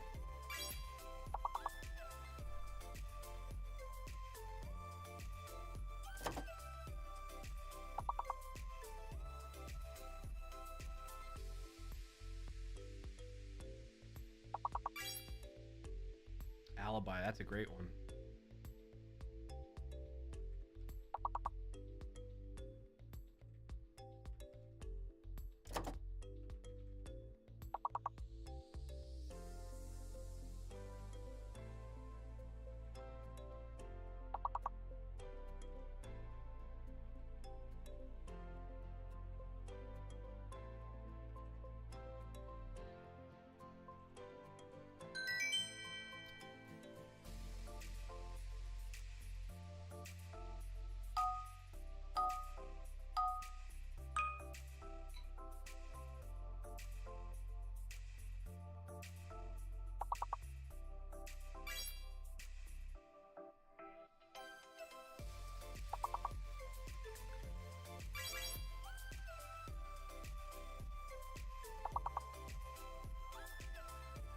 I think U is fake.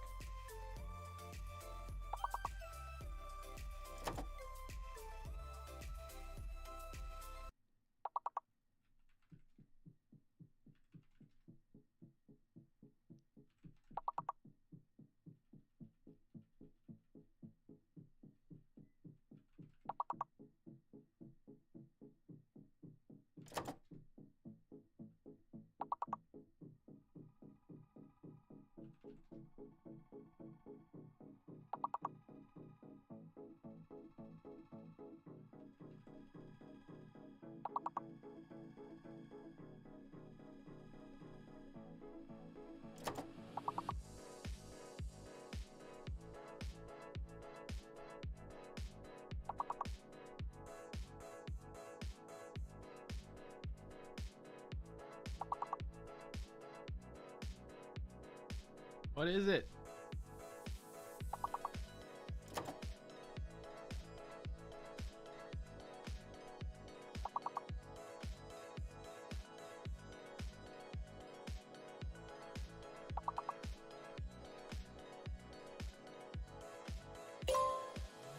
P?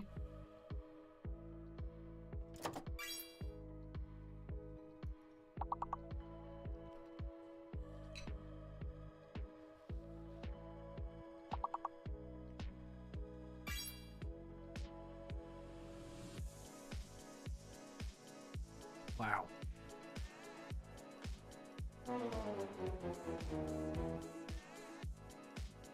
All right, guys. I still got a little more to eat, so we'll play another one.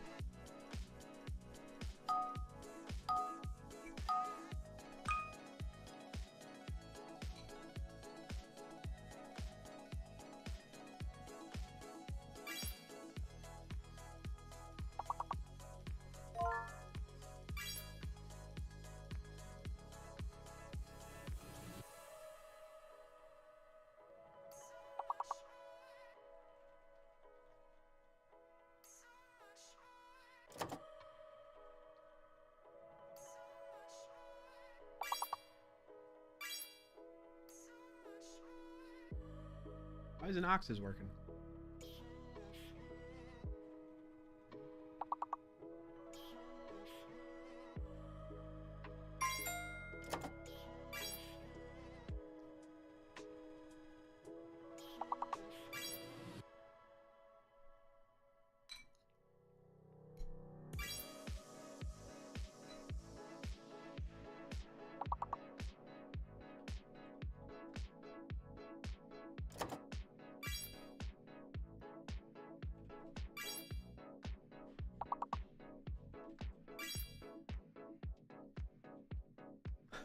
They're back? Is it working? Is the compressor compressing?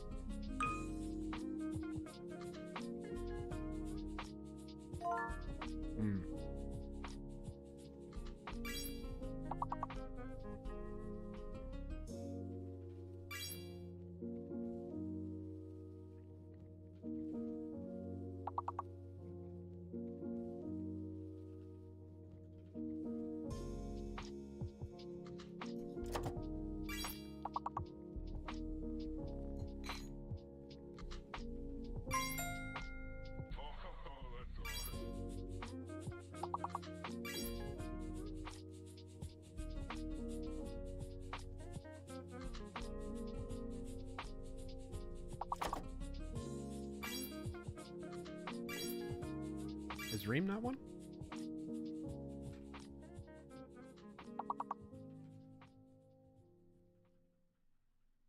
There's not. Yeah, there's two E's. Pure. Why wouldn't. Oh, somebody got Pure.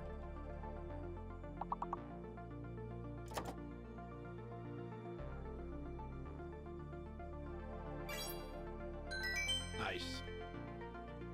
Sleepless, you must play this quite a bit, huh?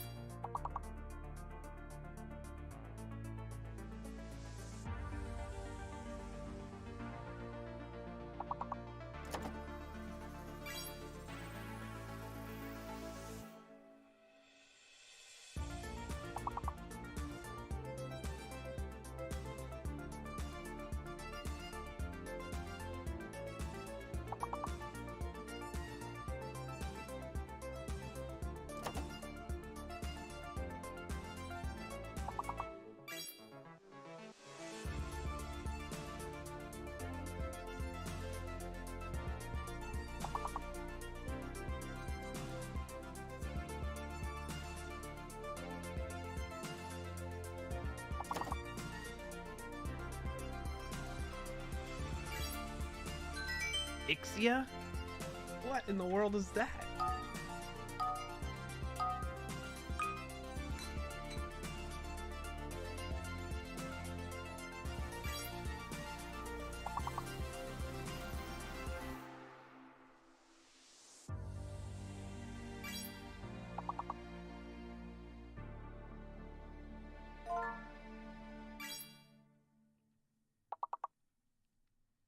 Parappa the Rappa?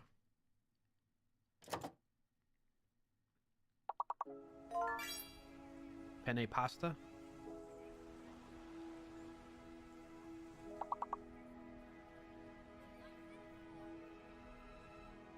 Oh, there's N is fake. N is fake.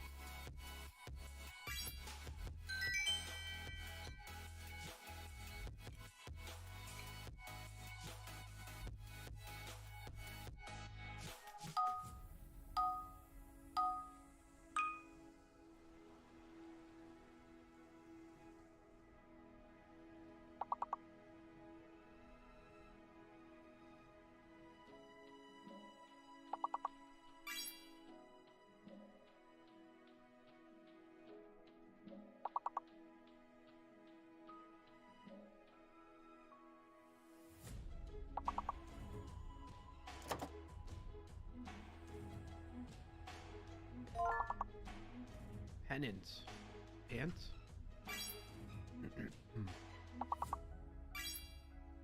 Tape?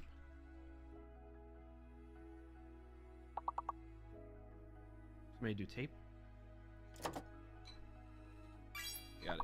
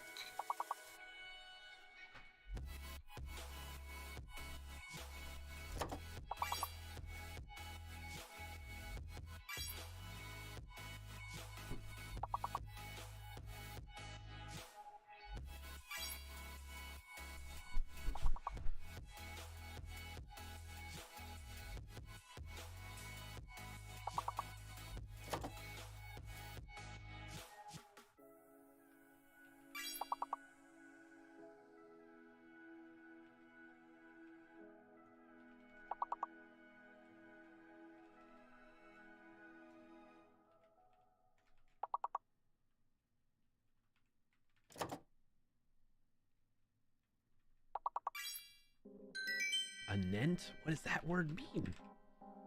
All these words.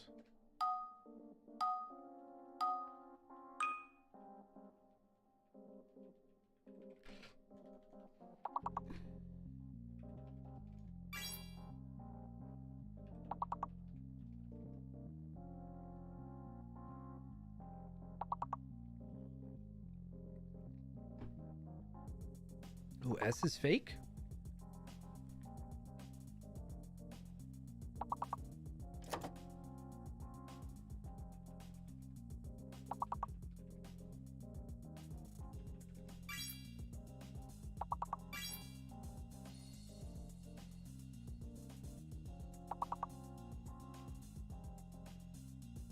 Yeah, we need to figure out what that hidden letter is, because Horned has everything except the hidden letter. Honored. There's an extra O.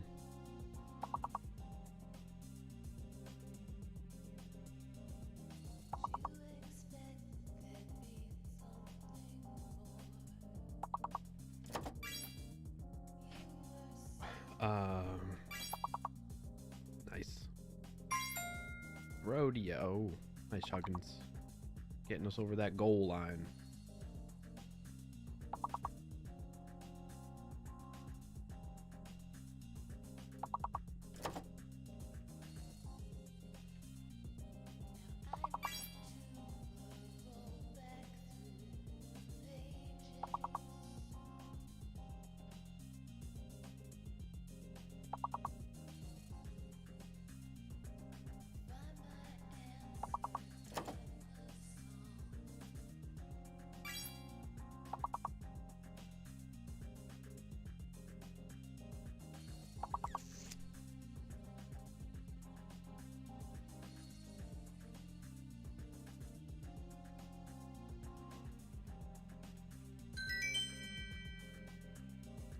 Good job, chat. We are rolling.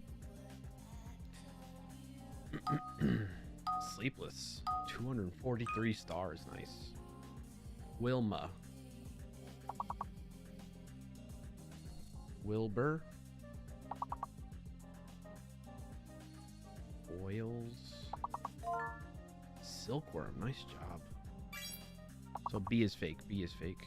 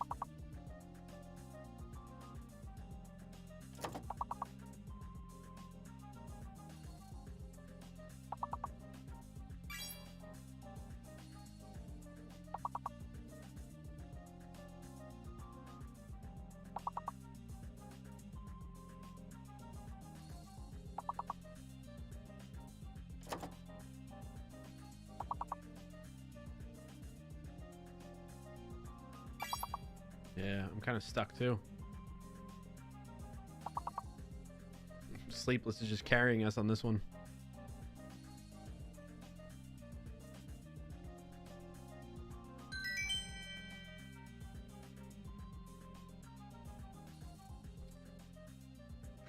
Broke the 300 mark.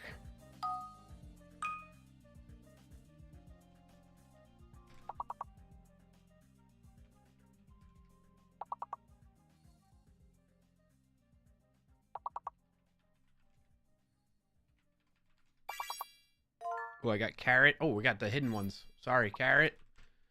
Contrary. Huggins got carry. May, would you get crate? Let's keep it rolling. I forgot this level that hides it.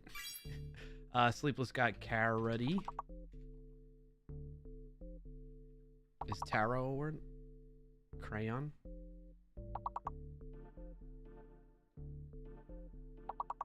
Rotary. Create. Huggins got crayon.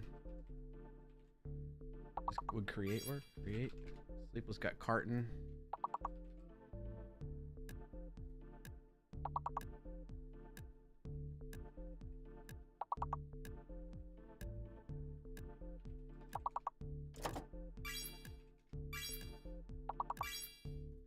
All right, we got rotary.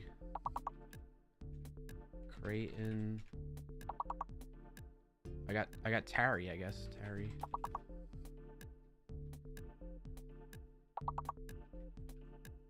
You got Rayon? Okay, May. Sorry, I missed that.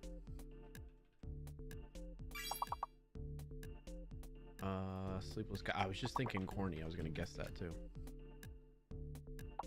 Coronary? How do you spell that?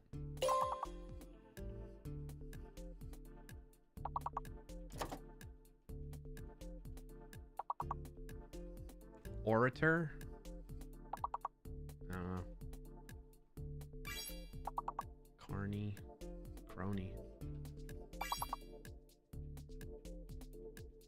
Cornery. That was a good round. Oh, wait, we didn't get it? I thought we reached it. My bad. I was sitting here all like, oh, we're chill. Oh, man, that was so close. Nice job, chat. Hey, shout out Sleepless for carrying us through that. Level 20. We got to, I think we did 21 last one, so that was pretty good. May and Huggins. Appreciate you all playing. Hope you had some fun with it. We're going to switch over to the technical segment of the show now where I'm going to program the Discord Wordle bot more. So hopefully that interests you and you stick around. If not, thank you for hanging out this far. Be sure to follow the channel to tune in for next week's stream and don't miss out on that type of stuff, or like and subscribe if you're on YouTube. Okie dokie, artichoke. Glad to hear it was fun. You helped us have a lot of fun there. So thank you for that, Sleepless. You're a champ. One of the best to grace us in the channel here and play Words on Stream with us. All right, I gotta switch categories and get into programming, software and game development. So for those of you that missed last streamer, or just to catch you up on what I did between last stream and next stream, we play Wordle every week, every day, every week on stream, but pretty much every day off stream too in the Discord. If you'd like to join up on that, there's a command in chat for you, !Discord, or you could go to clarkio.com. Thanks for joining today, Clarkiobot. /Discord to get the link and join up there. In the Discord, we have a Wordle channel where everybody shares that plays. Oh my gosh, White Panther is live. Oh, we're gonna have to try and raid her by the end of the stream then. The claw category takeover, make a wish, donate. Oh, we're definitely doing that. Chat, remind me if I forget. All right, here's the word. The way I knew that was, by the way, if you go into the Clarkio Discord and you go up to community announcements, you can find all of our, I gotta get lunch break off too, folks in the community that also do programming related stuff. You can get announcements for when they go live if you want to subscribe to this channel, and you'll get tagged that way to be alerted to it. Same for my announcements when I go live or I post videos at work and stuff like that. So that said, though, let's go down to the Wordle, and we have a bot, Clarkio Wordle bot results. So when you post your results for the day like this, it'll get saved in the database along with the Wordle number, like this one here. And then it calculates if you're the winner for today's Wordle. So Wordle 1238 was today. And as of right now, Rugmat is the only sole winner for today because Huggins here, Frackberg got 3, and then I got 4. So, and that way you can kind of see how you size up. So that's what we got the Wordle bot doing, is it listens for messages in this Discord channel and then saves it to the database and then calculates if there's a change in winners based on past results for this particular Wordle game number. On top of that, what I did off stream from last stream is we have this results command, and you can kind of see I did it already. We got it working where we left off last stream. So I got to differentiate like what I did off stream versus where we left off. Last stream, we figured out a pattern to follow in order to create commands that the bot will respond to. And the first one we worked on was results. Now, at the end of the stream, we didn't quite get it to where it was doing any logic and calculating results based on the command being received, but we were able to acknowledge and see that the command was being parsed properly and that type of thing. Then off stream, what I did was I set it up so that if you do just results, sorry, I'm making it so tiny there. If you do just results, it'll just give you your latest results for your last game in case you forgot. It just defaults to that. It takes a minute, so we're going to talk about this too. This is what we're going to work on today, is like the delay that's happening right now.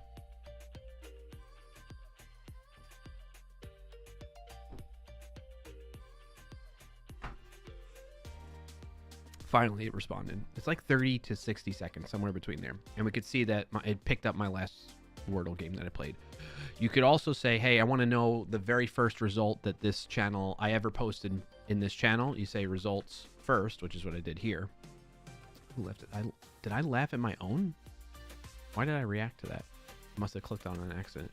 And the very first result that I posted in this channel was Wordle 239, and I got 4 out of 6 on that. So you could do that if you'd like to, if you've been doing this for a long time with us. And then last but not least, you can just give it a specific one. So I'm gonna just throw out a random number like 507, let's say, or 508. If I send that, it'll see if I do have a result for that. It'll share it. If not, it will say no Wordle result was found or something like that.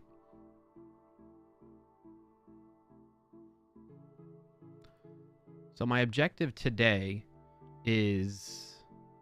That's funny, it shows something's typing. Hey, look at that. Or somebody else is typing, okay. My objective today, that's cool that one knew. I did have one for 508. It was 4 out of 6. I get that a lot, I guess. All right, so the objective today is to speed up the response if we can. And no results found. May, you've not shared any Wordle results in the channel before, I guess. The objective for today's stream is to speed up the response, because that's bothering me that it's taking so long. We could have worked, if it was responding pretty fast, we could have worked on adding more commands. Like what I'd like to see results wise is like how, maybe like a graph of like how many I've gotten that's 4 guesses, how many I've gotten in 2 guesses, how many have I failed, that type of thing. I would love to see that too. Maybe that's what just results with nothing in there, because like the likely thing is the default right now when you do just results like May did is it returns. Thanks for joining today, Pranavgoal_29. It returns the most recent result, but what I think would be nice is if it gives you kind of like a graph or something like that of like, here's all of the summary of your results over time, right? So you've played X amount of games, of those X amount of games, you've had this many where you guessed it in 2 guesses, 3, 4, 5, 6, and failed. You know, give you like a summary like that.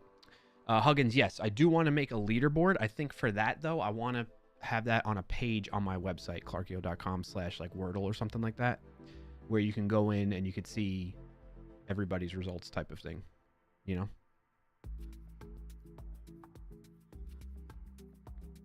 But that's like a out of scope goal for this project right now. But I do like that idea. And also, folks, if you have other ideas of things that would be useful, those of you that play Wordle, or maybe you don't play Wordle and you think people could find value in this that do play Wordle, I'd love to hear those ideas. So that's what we have right now. And what I need to do is open up the project actually before we can get going. Where's VS Code? That's done. Let's connect to the code space.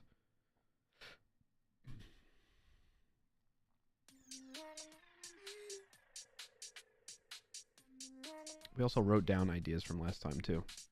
So we have more commands, right? Like games, total number of games played, wins.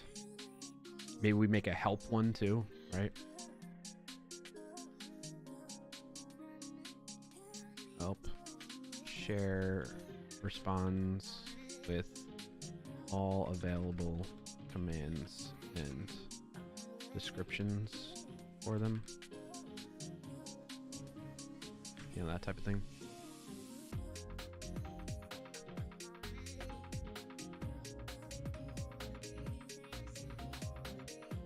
So I think we definitely need that.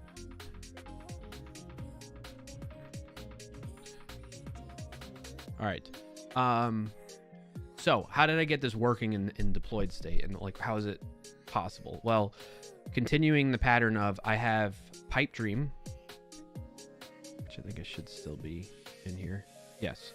So this Pipe Dream is a no-code software as a service type of solution that's connected to the Discord, and whenever it listens, like I hooked it up to my Discord through my server, and it listens for new messages in that channel, and then it parses it to see if there's the Wordle in there, and then it sends the result of that to GitHub.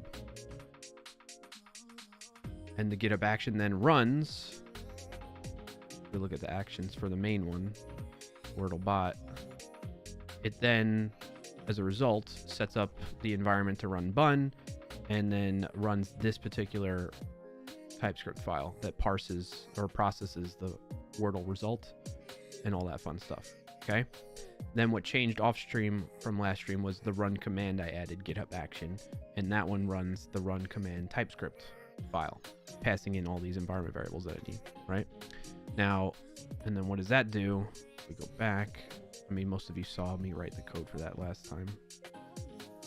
Run commands will load up all the commands, which is, it's basically a file structure is what defines the different commands. That's how we do it. And then we connect to the Discord. When that's ready, we process the message that was passed to the GitHub action via an environment variable, and we handle the message. And in there we get the command, rip the command out. We can tell if it's an invalid. We do some validation to make sure that nobody's trying to do something sketchy with the command message. And so we say invalid message if that comes up. And then we go and get that command and execute the function for that command, which is right here. Now, how does that get defined? As I mentioned, it's file based. So if we go back here and we go into the commands folder, it's folder and file based. So we have, what do we have it under? We have user results, right? So it gives it a name, description, and then the action, the function to run. And for that, I created a get user. We're going to have under the, all the like stats, history type of stuff, getting the wins, getting the total results for 2 results, 3 results, 4 results, that type of thing is going to be all within that. They're going to be functions off of this file here. So I call that, passing in the user that requested it and if they have a game number or not. And then whatever comes back defines what message to send in the Discord channel. And that's kind of how it works. Currently, we are setting the env for each message having Wordle. Yes, Pranav. Also, good to see you. Welcome in, by the way.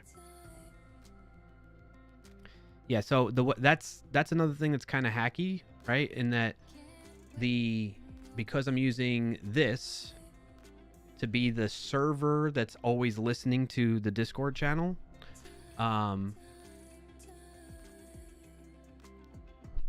this is the part that parses out. Actually, it's not even that one. It's a different one, right? I have a separate one. Oh, no, it does it. Yeah, it does it, actually. Basically, the way this works is it checks to see if there's a Wordle message. And then if that ends up coming back in the trigger action, I determine, like, is it... If it's not a Wordle result, then we're going to check to see if the intent is to be used as a command. And we do that by seeing if the content starts with the exclamation point here. So I'm kind of doing the parsing twice in a sense, both in Pipe Dream. But the whole idea is, like, I don't want to send it off and trigger my GitHub action if I don't have to, if I don't have an idea that it is a command that's being used, right? So it's starting with the exclamation point, and then I pass that off to trigger the GitHub workflow, and I just change the workflow ID that's defined here via the GitHub API. So the workflow ID is based on the file name that you've used to define it in GitHub. So we got the run Wordle bot, which is parsing the Wordle results. It's not really the best name for it. And then run command. So that's the difference. And then the only way to pass data to that is via this here. And that gets set up as an environment variable in the GitHub Actions environment. And the way that works is, if we look at, let's say, the command one.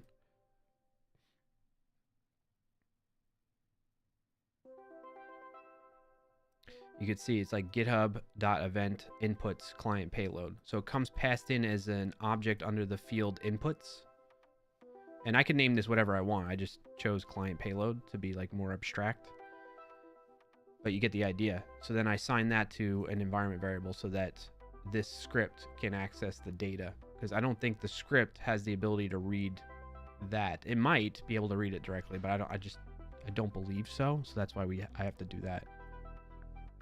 Hope that helps. Currently, yeah, that, and we'll caught up on messages. All right, so what I was contemplating doing, oh, Verdamp has a follow-up question. So wouldn't that initial step for bun and all delay the response back to the Discord? Just thinking, what if we can somehow persist the environment for some time?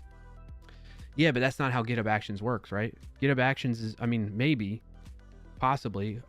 One way you could do that is there's ways you can set up GitHub Actions to constantly be like running on a cron job. Like you could tell it to trigger. So right now the trigger is the API workflow dispatch that gets called, right?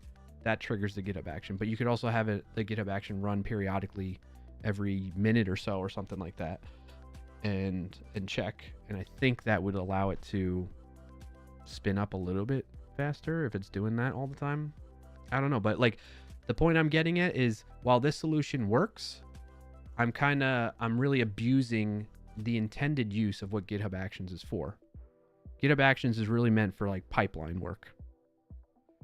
You know what I'm saying? Or things that, you know, it's not meant, like I'm basically turning GitHub Actions into a serverless solution, which is not its intended use case.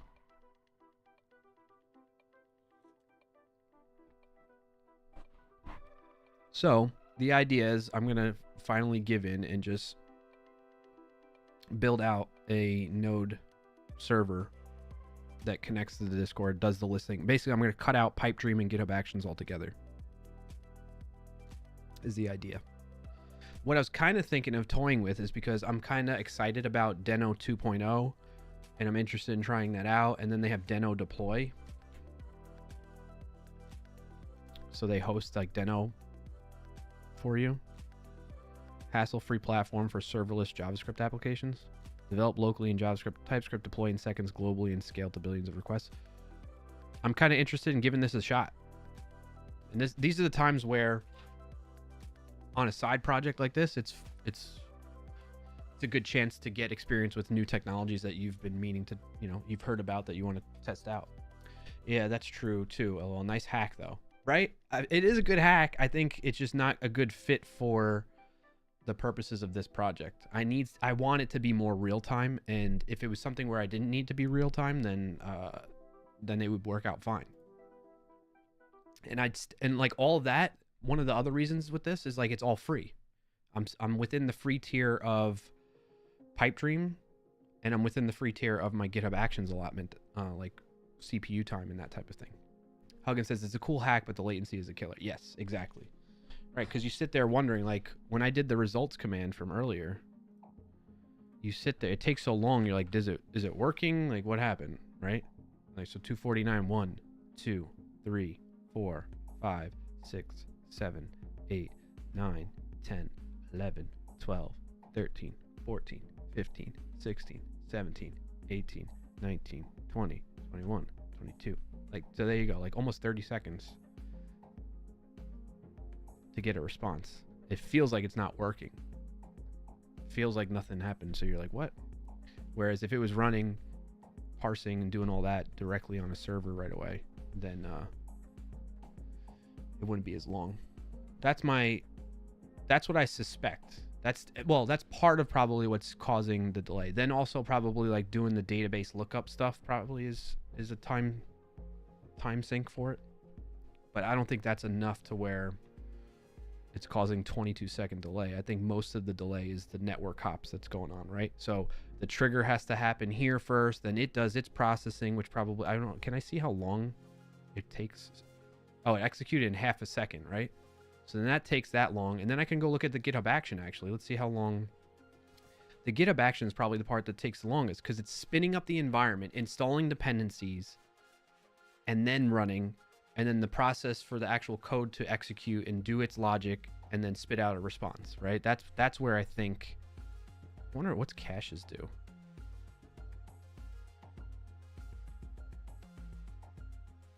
Learn more about caching dependencies and build outputs to improve workflow execution time. We could maybe do that. Should I try that out first, chat? Or should I go with like a more robust solution? What do you think, folks? Huggins says, are you still going to use Pipedream and just call your API, or are you going to build a server with a real bot using the Discord.js client to proper register commands? I think I want to go that route. That's where I'm leaning towards now as a result of all this, Huggins, is building out a legitimate bot. Pranav says, still real fast considering that we are setting environment first. Bun is fast. Yeah. But it goes to show you it's still slow, right? So if we look at like one of the workflows when this one ran, it took 16 seconds to run. And does it break down like where the time? It took 7 seconds for that. So where's the total duration coming from? It's interesting that it doesn't add up. I don't think these numbers are correct. Sorry, you can't see. The numbers on the right-hand side. This says the setup job took 1 second. Setup bun took 1 second. Install dependencies took a second. Like all of that should happen within milliseconds. If you cut out all of that, the running of the script, which only took a second,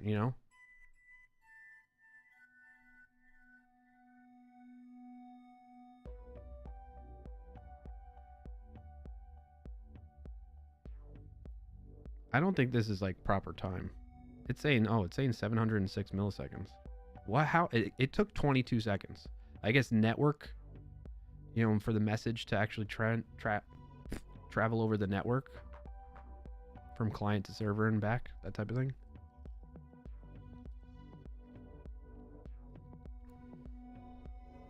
Where is I guess that's one thing we can do. Let's try and figure out what is the actual bottleneck. I feel like this is not showing it properly.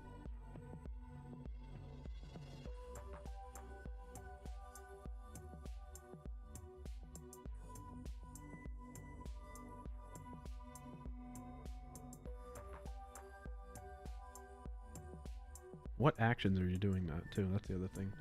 Yeah, it's weird. I mean, this says 7 seconds. Does this even add up to 7 seconds? 1, 2, 3, 4. Where's the other 3 seconds? This is not accurate.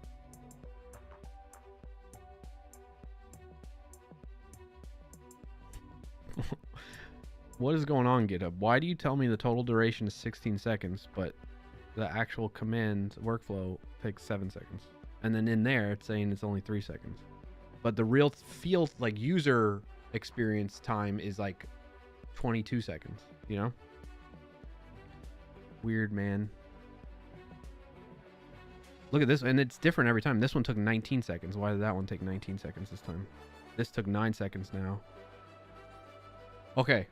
It still shows, even though they're saying it's 9 seconds, the last one was 7 seconds, but it still shows each step. Oh, it must be, you know what it is? It's because these add up. So what's the timing on this? The 0 seconds isn't really 0 seconds. I need to be counting those. So let's say 1, 2, 3, 4, 5, 6, 7, 8. Some of these are like, maybe they're half a second each. So that would be like 1 right there. 2, 3, 4, 5, 6. So like at a minimum, it's going to take 6 seconds, I think. Assuming that each step takes about half a millisecond, or half a second, 500 milliseconds. It could be rounding if you did it on each step. Are they like less than 5? Yeah, I think that's what's going on. Although this one doesn't tell you the timing on that one. Neither does this one. That's interesting. But when you install dependencies, it did, because that's Bun telling me. Bun's telling me it was 438 milliseconds. 1.2 could also be rounding to 1. That's true. Yeah.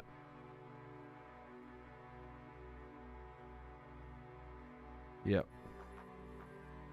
But you gotta imagine these post ones, I don't think that would, like when I run the script, it should automatically send the response already before it does these other ones. So you gotta imagine it's 1, 2, 3, 4, 5 seconds before it sends the response.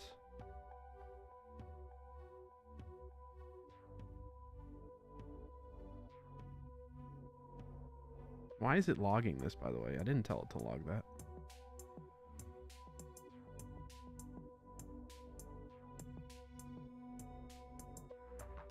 Anyway, I think cutting this out is going to speed it up.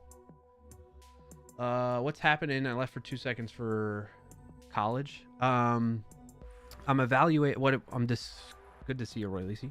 I am discussing and trying to identify where the bottleneck is in the current architecture of the Wordle bot.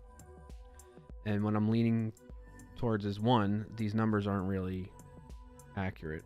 I guess we should just take this at face value and cut out maybe a second off of that. So that takes 8 seconds.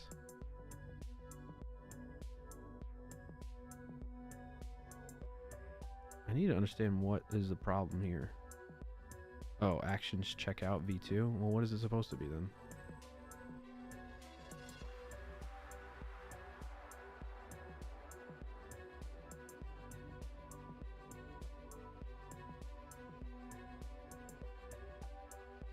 Check out V4. I could switch it to that. Maybe that'll speed it up. I don't know. But also I want to see caching. Let's see if caching speeds it up, right? So let's test the bot one more time and like kind of time it ourselves again, right? Ready? I'm going to do results. Enter. 1, 2, 3, 4, 5, 6, 7, 8, 9, 10, 11, 12, 13, 14, 15, 16, 17, 18, 19. So 19 seconds on that one. Let's write these down too. Triaging latency in results command. 19 seconds for results. Let's do this. We got results. Let's do 19 seconds. I want to try results and then like a specific game number. So what did we do? Like 508 before. See what that is, and then results first. Because these two are doing more of a database lookup. More logic is involved and more iterating over results that comes back from the database. So that's likely going to be even longer a little bit. So let's go back, do that. Say results first. Oh, I didn't time it. Dang it. 3, 4, 5, 6, 7, 8, 9, 10, 11, 12, 13, 14, 15, 16, 17, 18, 19. That's 19 as well. Try that again. Results. Let's do what I do before. 508. 1, 2, 3, 4, 5, 6, 7, 8, 9, 10, 11, 12, 13, 14. Well, that was a little faster actually. So we're gonna say that was like 14 seconds. And I want to do results first one more time. Then truly count it. 1, 2, 3, 4, 5, 6, 7, 8, 9, 10, 11, 12, 13, 14, 15, 16, 17, 18, 19, 20, 21. 21 on that. I think it was faster last time though, right? Anyway, we're getting around, let's say like on average 16 seconds. Around 11 seconds on a stopwatch. Oh, okay. Thank you, Pranav, for helping do that. All right, so let's see if caching it will drop this down to a significant, maybe single-digit seconds. Maybe that'll help. Let's learn about GitHub caching like it was sharing here. No, was it there? Where was it? Where were we? Where was that? Did I close that out completely?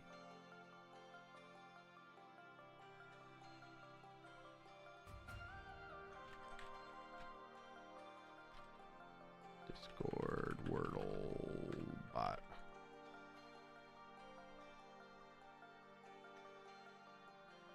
And actions, caches. Learn about that. Why isn't it open in a new tab? All right, about caching workflow dependencies. Workflow runs often reuse the same outputs or downloaded dependencies from one runner to another. For example, package and dependency management tools such as Maven. Blah, blah, blah. Jobs on GitHub hosted runners start in a clean runner image. It must download dependencies each time, causing increased network utilization, longer runtime, increased cost. Yes. To cache dependencies for a job, you can use GitHub's cache action. The action creates and restores a cache identified by a unique key. Alternatively, if you are caching the package managers listed below, using their respective setup star actions requires minimal configuration and will create and restore dependency caches for you.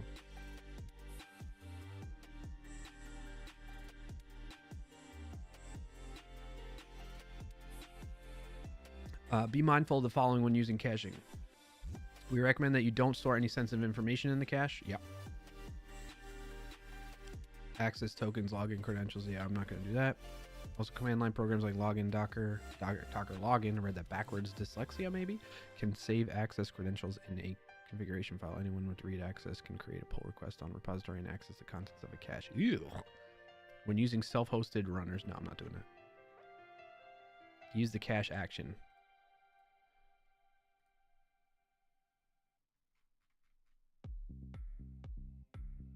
Two other actions are available in addition to the primary cache. Show me how to use it.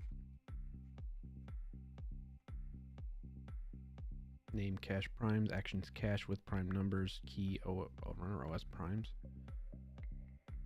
The cache action provides a cache hit output, which is set to true when the cache is restored using the primary key, and false when the cache is restored using the restore keys.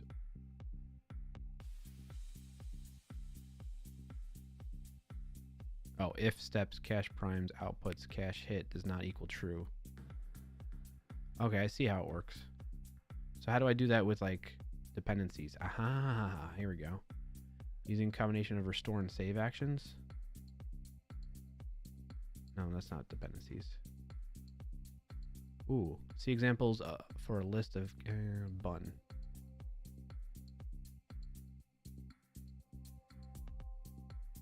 Bun install cache.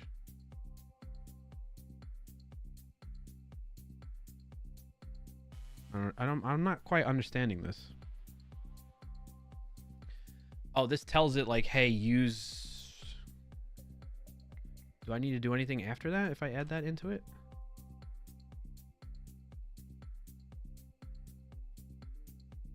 We'll just automatically check to see if that hits, and if so, uses it.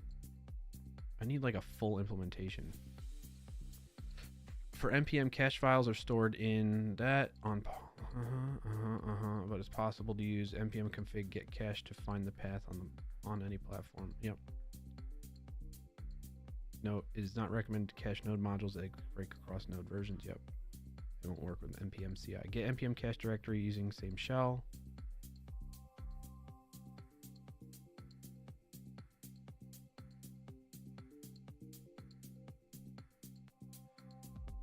Can then be used with actions cache as shown below.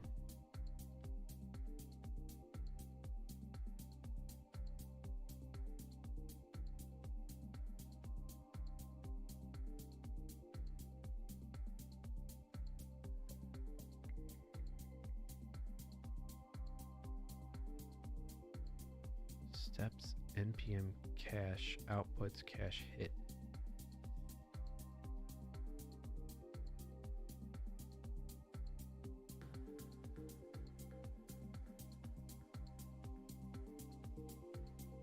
Alright, we can try this. Let's try doing the npm caching. Here. This should be v4, right?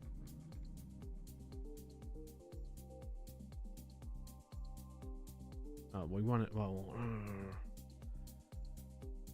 we need to do a bun. Bun's doing the install for us. Let's go back to the bun one. You ain't got none unless you got buns, hun.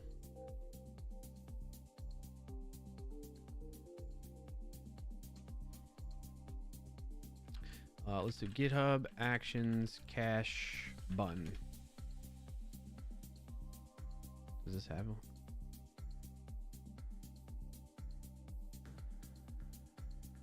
Anything about caching? No. No, I don't have anything like that. Nope, nope, nope.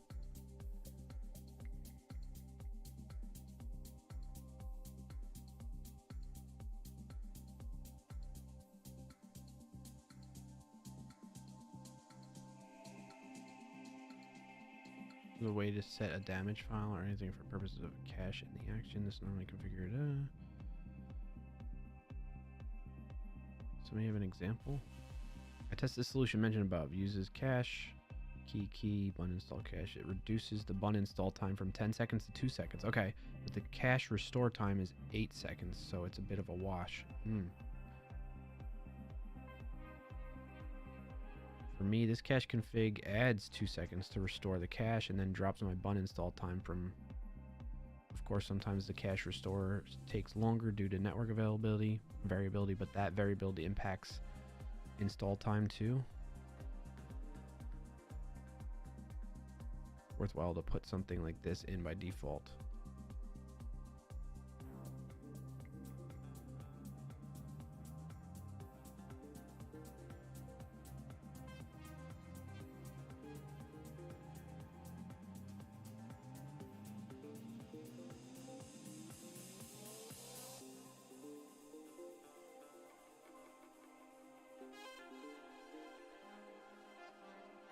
Man, there's so many people that are all about like improving the performance of their pipelines, you know, which is great. Like I mean, you think about when you're running and building a larger project than even this, if you can shave off even half a second, right? Every time you run a build.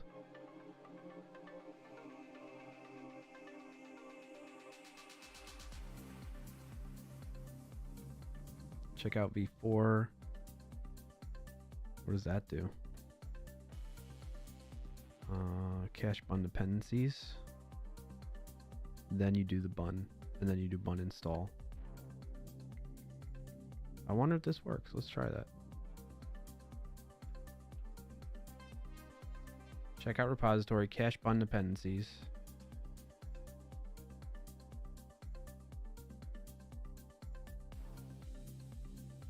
Thank you for doing this. Does anyone have insight into why the results are seen? No cache, 21 seconds to download install. Cache, 19 seconds to restore.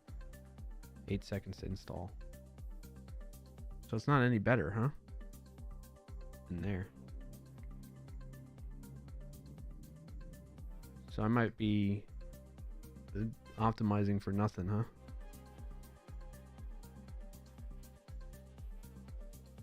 Hey, B. Dougie. Wrote this back in February 21. So he's npm caching this.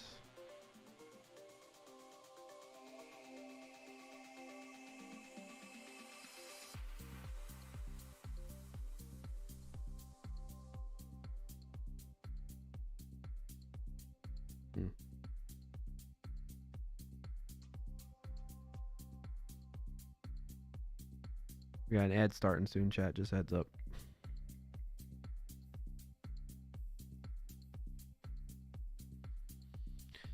Yeah, I don't know. I don't think this is gonna be worth it.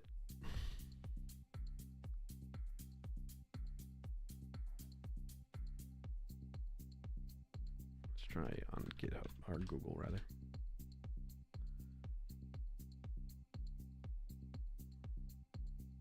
According to this documentation, Bun stores all downloaded packages from the registry in a global cache. At that, I want to cache the download packages global cache like that to speed up my workflows. Does Bun handle that? I'm not sure, but does this thread help? Alright, so we got, I think that's the one we were just on, wasn't it? Yeah.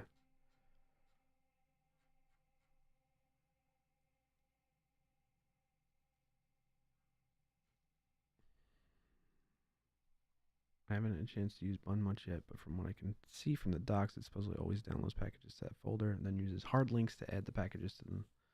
If that's the case, then that's the only folder that needs to be cached. You could cache it with the same key every time or use the same hash files expression.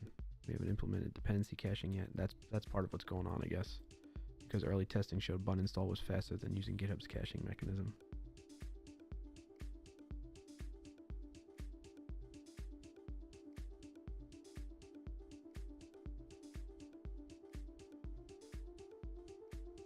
I tested the solution mentioned above. It reduces the Bun install time from 10 seconds to 2 seconds, but the cache restore time is 8 seconds, so it's a bit of a wash. I mean, it still might help me. For me, this cache config adds 2 seconds to the restore.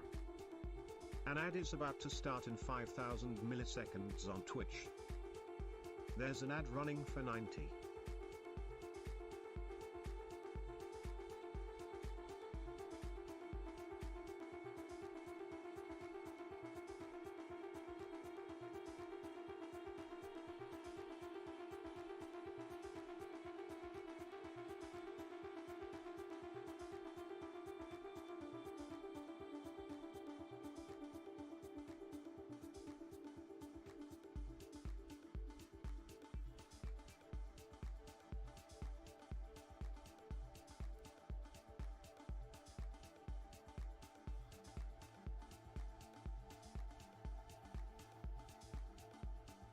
I'm a bit confused. Can someone help me out? This seems to be so suspiciously fast that it seems impossible. I just refactored a workflow.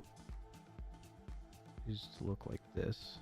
While experimenting with transitioning our stack from node yarn to bun, I updated this to look just like this. And bun installs back in less than a second. We have 50 dependencies. This is...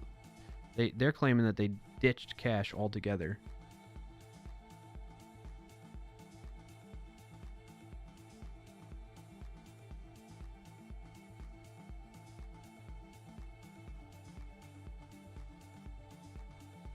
It's about the same. I mean, those seconds add up, but like, you know. Elgin says, I just think a GitHub action isn't the best solution to what you're trying to do. With a proper bot, you can register commands and get completion, etc. right in Discord. Yeah, I know. I'm just kind of, I'm curious. This is just me being curious, but you're right. Let's get back to focusing on. I thought maybe we could just try it. It'd be something quick that we could test out, but I don't think it's really based on, because of the fact that we're using bun, I don't think the caching stuff is really going to speed anything up for us. So anyway, let's get back to business. Let's look for, I wanted to look at Deno deploy. Let's get started. What does this do? Deploy JavaScript globally. Deno deploys a distributed system and runs JavaScript, TypeScript, and WebAssembly at the edge worldwide. Fully managed serverless solution. I don't know if I want it serverless though.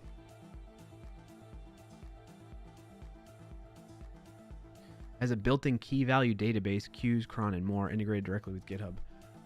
Tell me more though. Web framework designed for the edge. Deploy. Subhosting. Securely run untrusted code in scalable sandbox. Oh, that's interesting. Wait, what are you trying to do with actions? Hey, perfect timing, Sean. What I was thinking of doing, we were looking at... I'm so glad you're here, buddy. I was looking at when I run the Wordle bot commands to get a response, because it's going through pipe dream, then to a GitHub action, which then spins up an environment for the code to run in, like with bun. It installs dependencies, my node dependencies, and then actually executes my code, my TypeScript code, and then that finally sends a response back to the Discord channel, right? And like, you know, with just a little bit of samples, we've been noticing it's around 19 seconds for one thing, 14 seconds, 21 seconds, give or take a few seconds here or there. And so what I was thinking is, based on, you know, because it just crossed my path when we were looking at one of these, it said, or I just saw the this right here, caches management, and then I was clicking on learn about caching, because the thought was like, you know, maybe if I cache some of the steps, the output from some of the steps, that would speed up the workflows. Because when you look at one of the workflows, you can see it's like 20 seconds there, 13 seconds here. I really want to cut down on that, but really the ideal solution would be to run my own Discord bot server. So that's what we're looking at. And then when it comes to bun, it looks like that the caching doesn't quite really give you a huge improvement based on what other people were saying. What about Deno?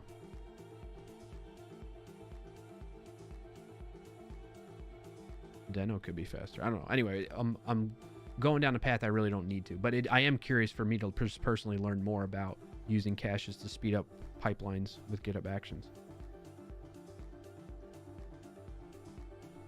But that's that. All right. I need to figure out where I'm going to host my bun server that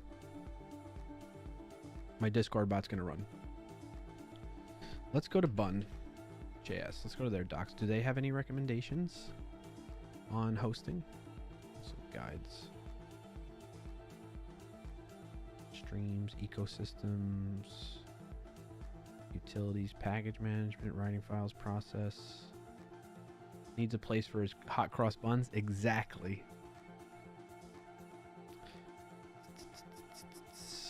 Where, like, are there any hosting providers that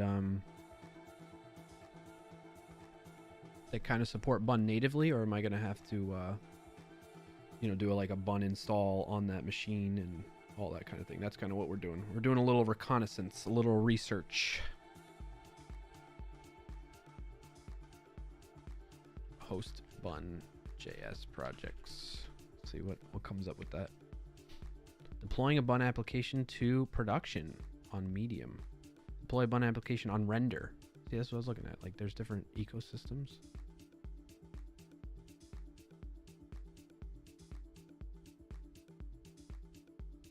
Build an app with Astro and Bun. Run Bun as a daemon. Time to lurk and get some work done. All right, no worries. Appreciate the lurk.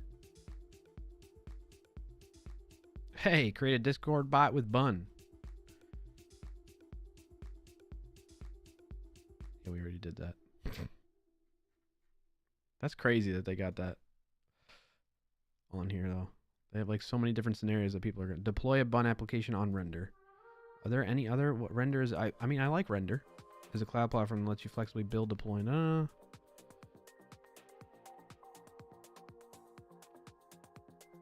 Set that up. Git commit add. In the Render dashboard, click new web service and connect my app. Runtime node, build command, Bun install. So did they have Bun already? That's it. So Render seems to have Bun available natively. Fly.io?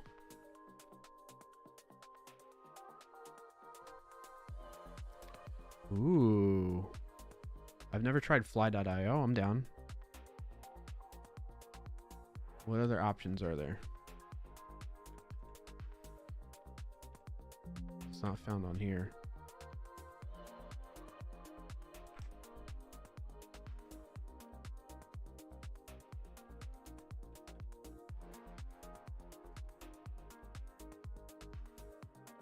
On space.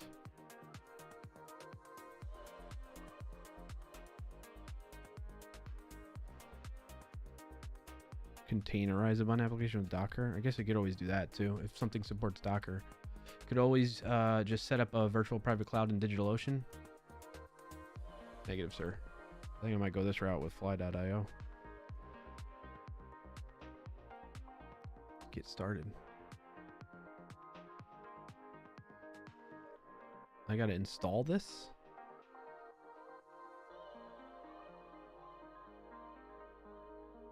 Run the install script. Sign up or sign in.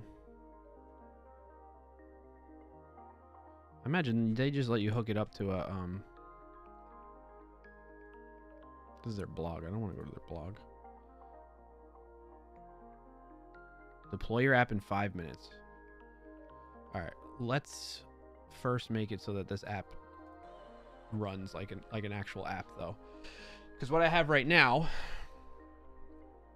is a bunch of isolated scripts. Right, I have the process Wordle result as a separate script. So this is like, even if I deploy right now, it's not going to work. I don't have like a server.js that's setting this up or anything. So we need a main.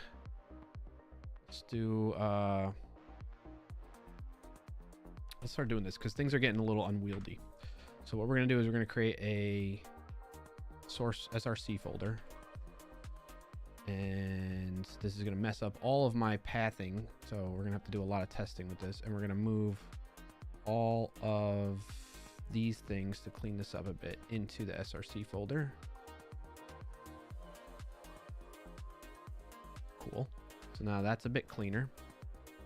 And then let's set up some scripts. Do we want to set up some more scripts with this? No. I need a, let's say, server.ts file, not in command. I'm clicking on this and saying new file, and it's putting it. No, okay, it's not. All right, so this is going to be our main entry point. We need this to run probably very similar to either run command or process Wordle results. So I'm going to copy pasta a bit here. And then we'll adjust accordingly. All right, so we need target channel, user tagging. Yep, that's fine. User that. Now the on ready is where things are probably going to change. Because we're not going to have this going on. This is going to happen when there's on message, essentially.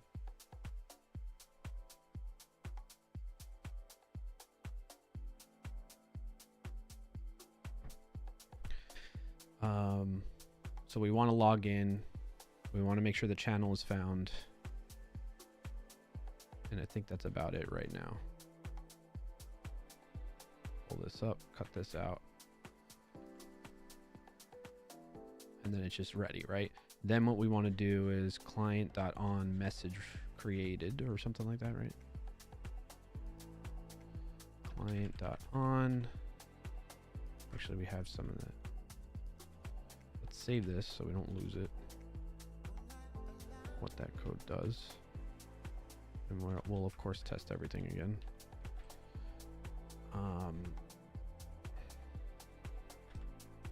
So this is for processing a new Wordle result from a message in channel, right?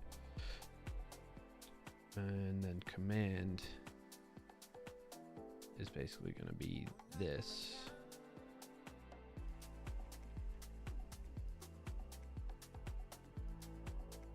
I just got a 4-page long resume for someone who graduated in 2020. 4-page long? Ah! This next one is going to be this. And this one is going to be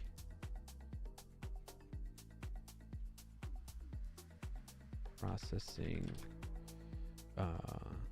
command message in channel.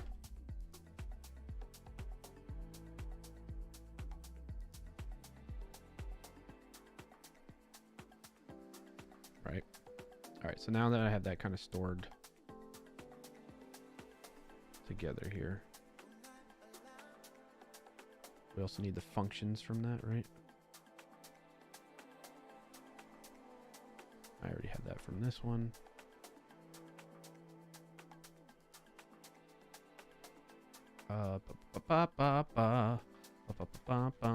We need these functions. That function. Functionion.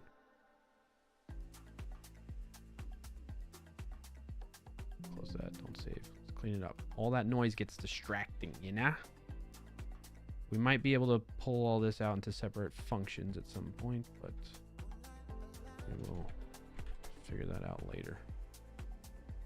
Prefix. We need a prefix from run command. We need that stuff too. Oh, we need all this right here. That happened at the beginning. Probably need that stuff too.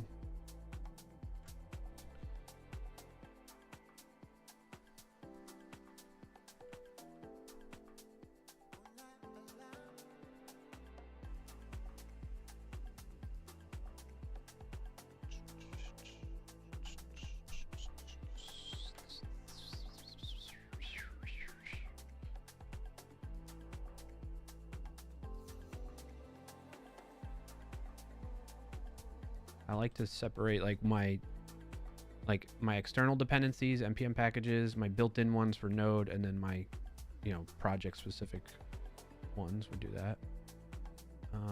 Where are we using that custom client?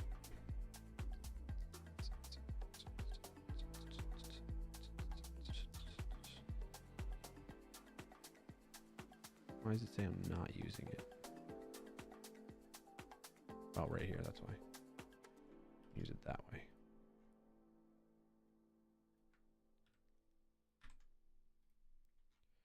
All right, I think that should square it all away there. We're good to go. Now the key is on message. This one's also on ready. Here's the on message, right? We want that. And then what we got to do is figure out, determine if the message is a Wordle result, a command, or can be ignored. Right, that's what we got to do. We got to add some logic to that then. And then we can run this like a true server, and then I can deploy it and be good to go. I need a little more upbeat now. Come on. We are going to get in flow state with this. A little drum and bass. A little faster pace. Come on. All right. Well, how do I do that now? I can just grab that from Pipe Dream, right?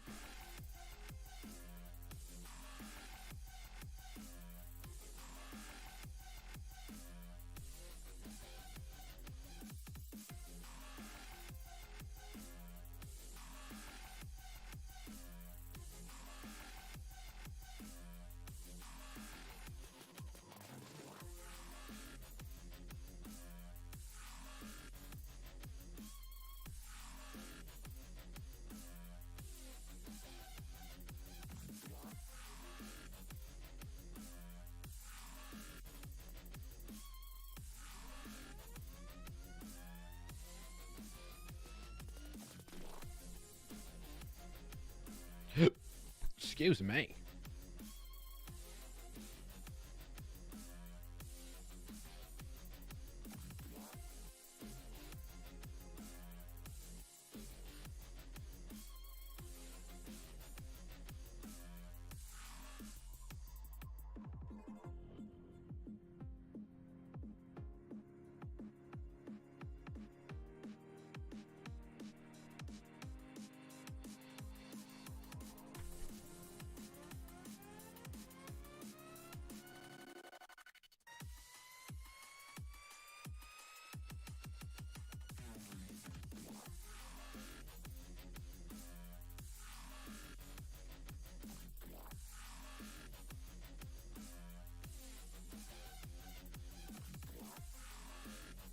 I guess I should put that here. Maybe? No. All right, so we parse the Wordle result.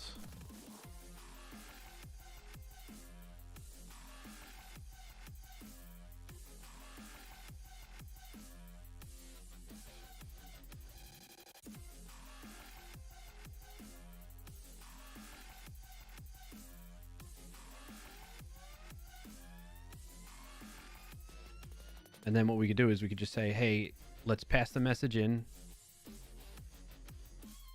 on message. We don't need that anymore. This is use this if it's a command. Right. Handle message. We can probably do this.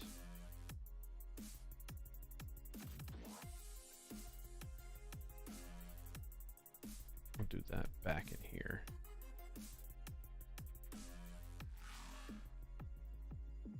Then we're going to say parsed Wordle equals that.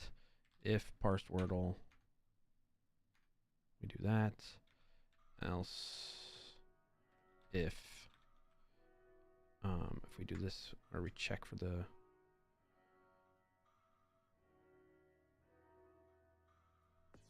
we're going to do the opposite of that, though.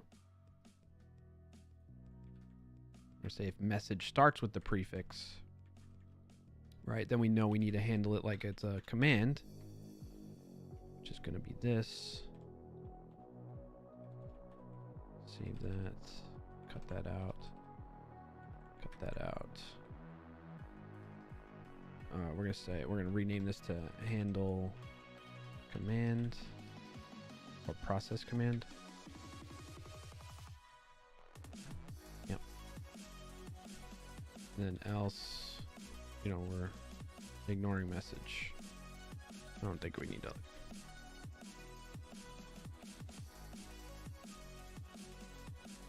Message was not,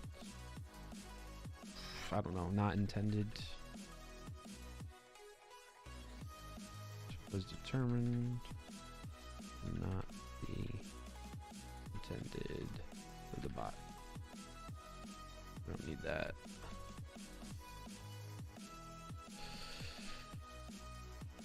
Right? Right.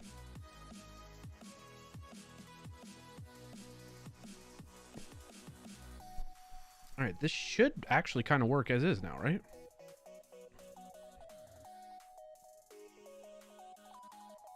We don't need to do that. We do that. We do need this, though. After we get the process order, we'll say const results equals that, right?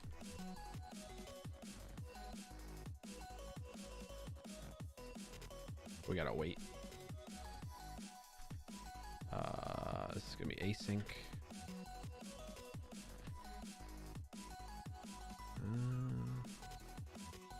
Ooh, what's that? Wordle data.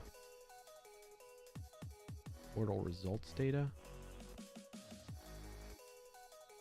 That's what I want.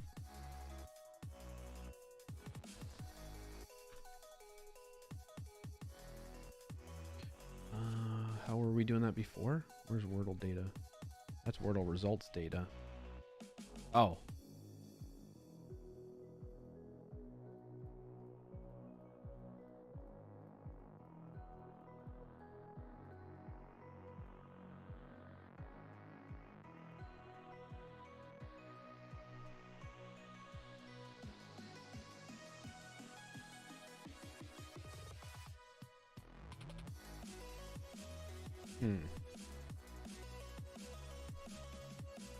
Parsed Wordle is what we want. Is latest winner. And what's that doing again? It's testing. Parsed Wordle object keys. Parsed Wordle length greater than 0. Winners length greater than 0. Window include parsed Wordle username. Yeah, that's what we want. Funny challenge staring contest. Did you redeem it? No. Okay. Yes. I will stare at oh, why don't we have the channel here?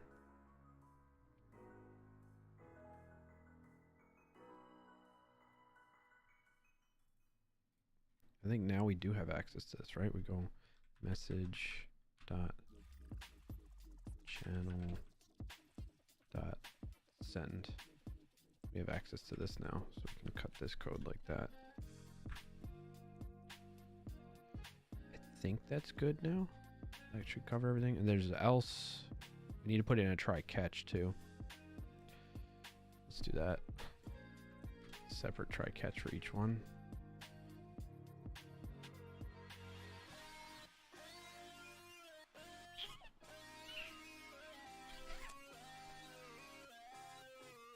I don't know if I want to do that or not.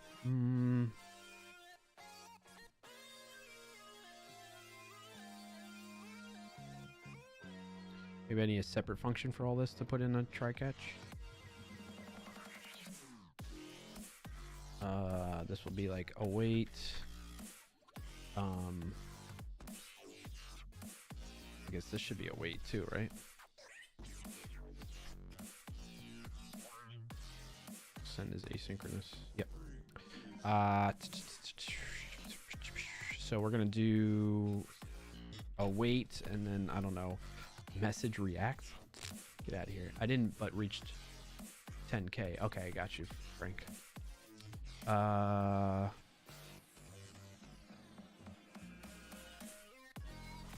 What do we call this? So we process the Wordle, we get the results. Results is winners, right? Process latest Wordle results. Then we get all the results.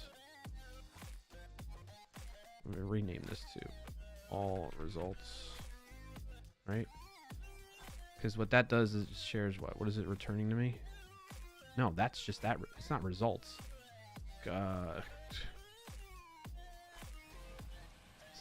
What do we call this? feel like my naming's just off. Oh, it's determining winners. It's returning the winners. So results is winners. Right? Determine winners.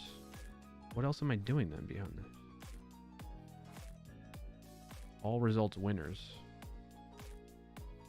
So I can't call it winners winners.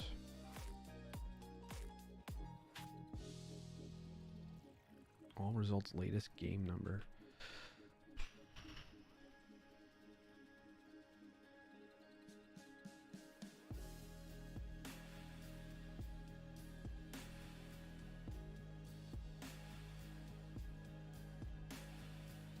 Results latest game number equals that. Okay. Okay. Chicken dinner. Winner, winner, chicken dinner. Yeah. Exactly. I just gotta reacquaint myself with what we're doing here.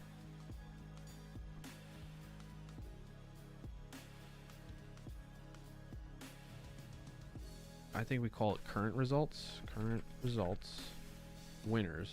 Right? And then it's like handle current results. I don't know. What am I doing? I'm checking the winners. Or maybe we call it process current results. Process current results. And we pass in current results. We definitely want that. What else does it need? And the parsed Wordle. And message, because we're going to want to send the message too as a result of it, right? And that way this is going to clean all. And then inside this function, so we're going to say async function process current results right? And then we should be able to paste this all. Oops. Yeah, we want that in there. We're going to put it in a try catch. Try. Get rid of this catch part. And then we're going to take this.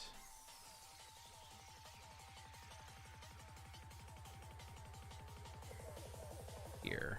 Cut that out. And now we should, that simplifies it a bit. Paste it in here. Simplifies it a bit, and then except this is not. This should be current results. Okay, that worked. So it simplifies it a bit and allows us to isolate the try catches to catch errors differently, right? Because there's going to be a different error that I want to log or report based on whether it's an error while processing the latest Wordle results or processing a command, right? So that's what we're doing here. Oh, I don't want this finally destroy though. We don't need that anymore. Because this was like, again, in the context of a GitHub action or a serverless function that spins up, does its thing and shuts down, that's when you want to destroy this. But if the question is, if like a catastrophic error happens that kills the whole process, I would want it to client destroy. We got to figure that out too. Oh, that's fine for now. All right, so I think we got the processing a new Wordle result done. So we can probably get rid of this commented out code and then test that. So we're gonna run it. It's about to start in 5,000. I gotta go potty anyway, so good choice, good time. There's an ad running for 9. I'll be right back, chat. I gotta go tinkle.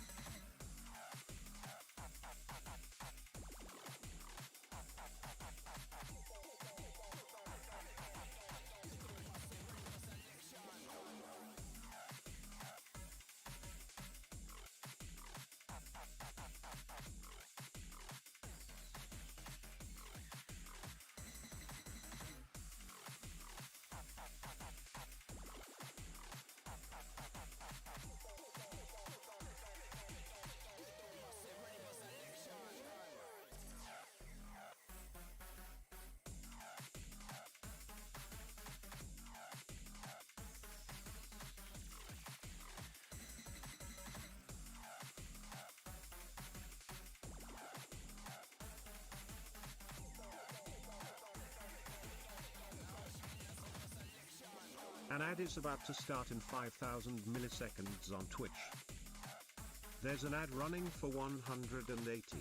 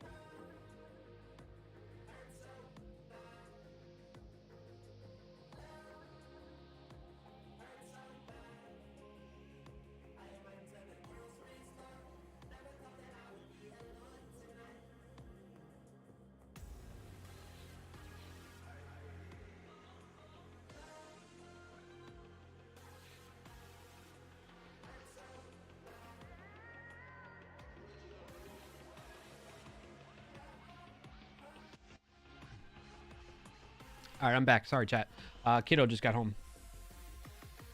So I was saying hi to her and whatnot. All right, let's run this bad boy and see what happens. We're gonna say bun, run, server, source, server. Probably paths are gonna be broken. Oh, it worked. Did it update the paths for me? Did the VS Code and TypeScript update the path for me? Ish, maybe ish. All right, so now we're gonna test this. Actually, no, I want to switch it to. I have a separate server so that I don't. Oh, it works. Spoken like a true developer. Yeah, I have a separate Discord server that I can point it to instead, so I don't bother anybody in the Clarkio server. I have a Clarkio test server. So let's do that. Let's go P.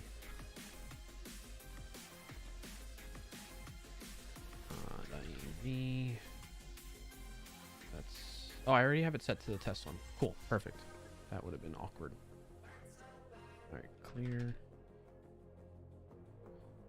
Bun. Let's do what we did before. Bun. Pop, pop, pop, pop, pop, pop, pop, pop. Okay. Logged in. Come back over. Discord.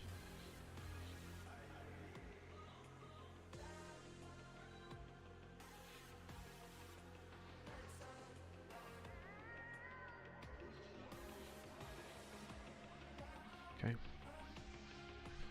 I need a Wordle result, actually. Let's go get...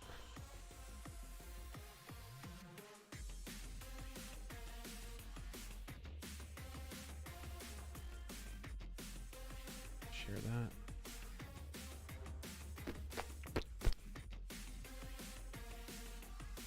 Discord. Paste that in. See if it worked. No winner change, so no message to send. Current winner for that. It should have said like, hey, I already got results already exist. Yes. Okay. So that's good. Now if I go and delete it from the database and try to run that again.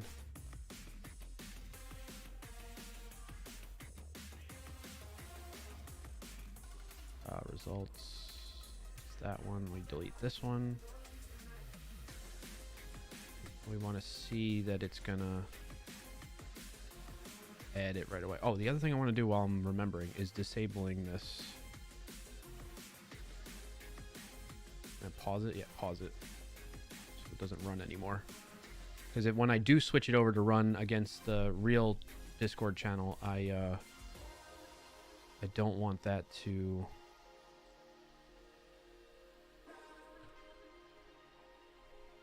Clear this? No.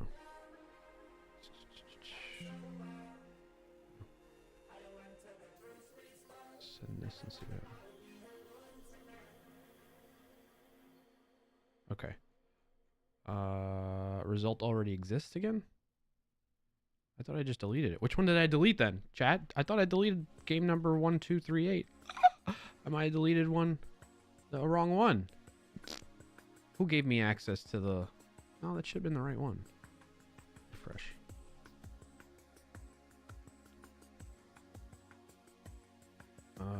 Let's say select game number equals... This is the one thing I don't like about AppWrite is like their database view.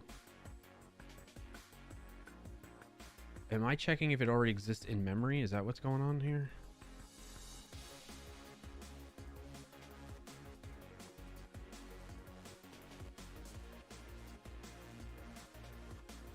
Yeah. So that's... I gotta stop it and restart it. That's part of the problem. It's in memory. I pull it from the... When I spin up this service... The server... In case nobody else is catching this right now.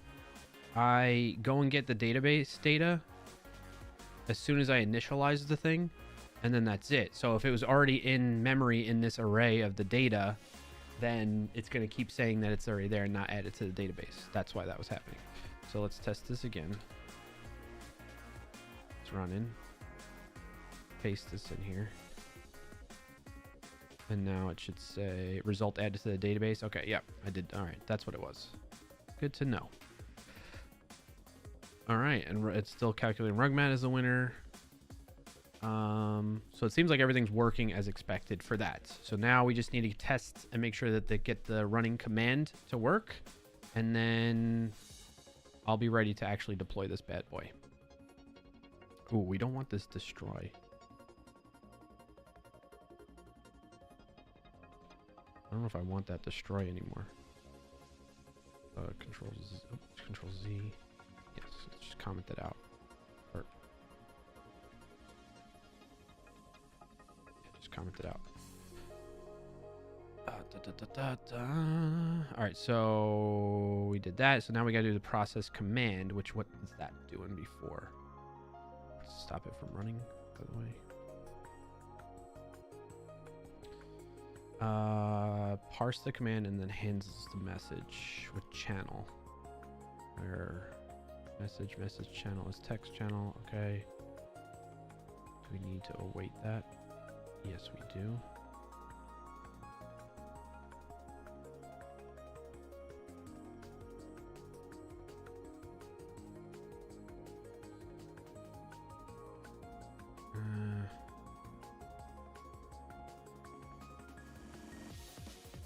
We do want this happening. We need a try catch inside of that. Maybe inside the handle message or process command, which is what we have now.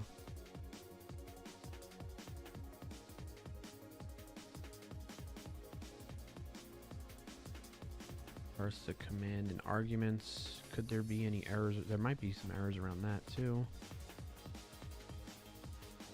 I think we wrap this whole thing in a try catch, right?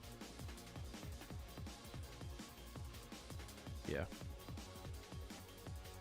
Let's do that. We're gonna pull this. I'm gonna get rid of this. And then at the bottom, there's a command execute. Yes. Oh, thank you. Hold on, chat.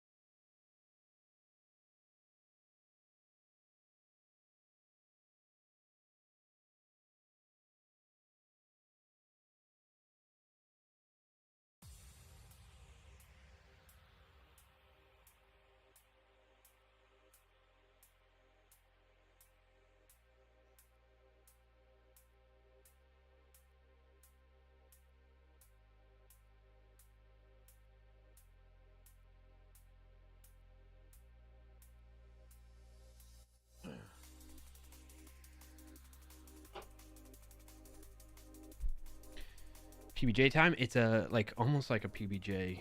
Well, it's peanut butter chocolate smoothie. Tune in. I see my name on screen. Yes, because you're the winner for today.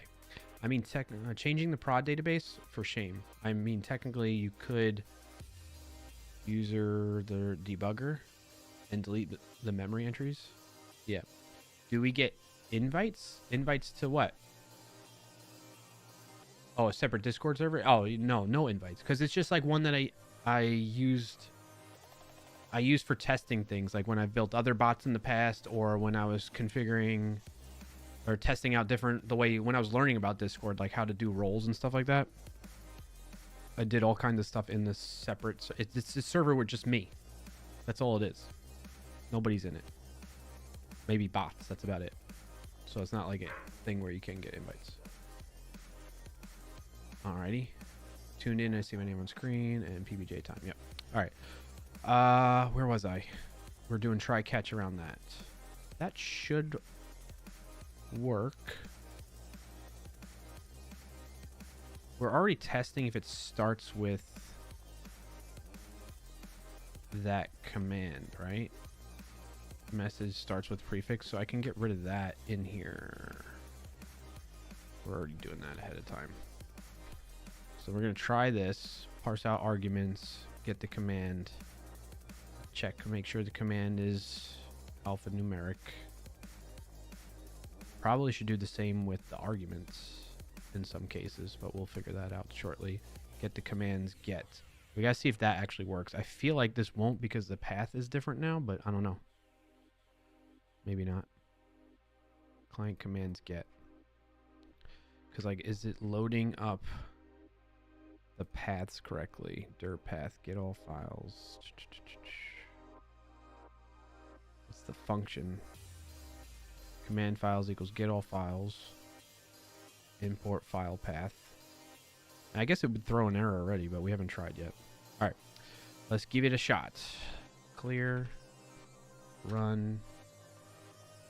Now if we come over here and we say results.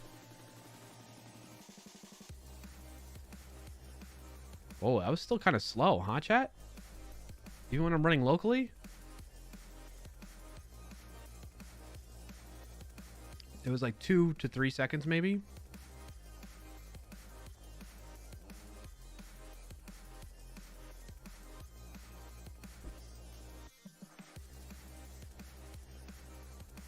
Ooh, that was fast.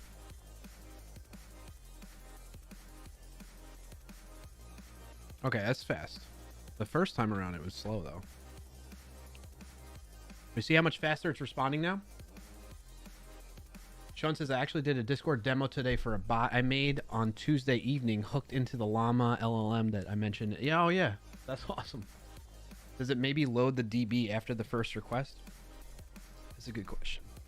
Let's see how we are handling the command processing. Or actually, that particular command, we're not doing that anymore. We're coming then to here. And that's using user stats, which is, it's saying get all documents where the user ID equals that. So it is going and get that user docs and then returning that here, and then we process it.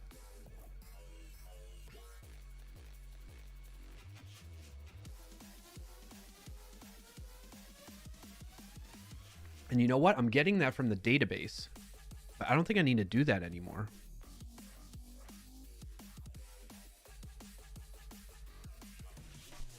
Like if my thought process is when I spin up the server, I go and get everything out of, I get everything from the database and load it in memory, which maybe isn't the best idea, huh? What do you think, chat? My thought was the first pull of the DB into memory might happen when the first command occurs. Terrible idea, but that's besides the point.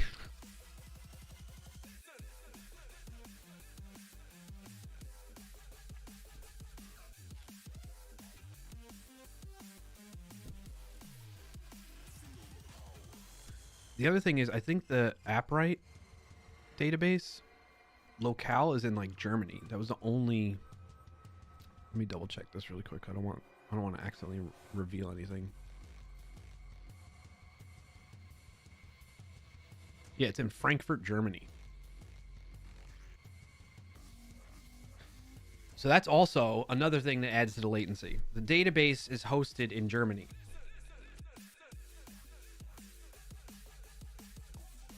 So honestly, we're getting it pretty fast considering the physical distance between where I'm at, East Coast US, and where the data is located.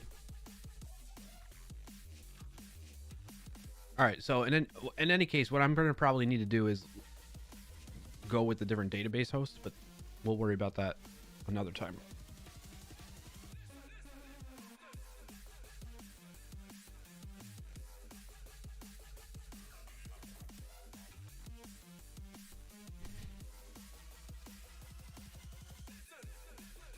So what I'm thinking is, if I'm already, why am I doing this again? Where is this? Let's find all references to this.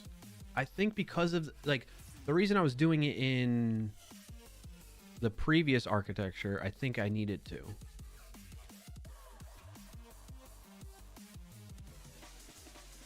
Oh, I don't need to. I can just do a database query. So what I'm doing here is when I parse a Wordle, I need to check if that Wordle already exists for that user based on game number and user ID. I can just create a database query that I hit on that every time instead of grabbing, because this is not a good idea. This whole loading up the entire database into memory. I mean, given it's light, it's a light entity, but I mean, how many rows do I have in this? 2,690. And it's just going to keep growing.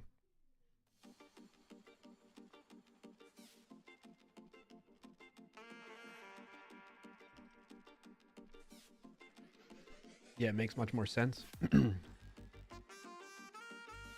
So I got to do that. I got to add that to my to-do list, I guess. Guess. I'm just gonna put it. No, actually. What's up, Chris Jones? How you been, man? What's your win of the week? Win of the week. Add this to here. We are doing this now.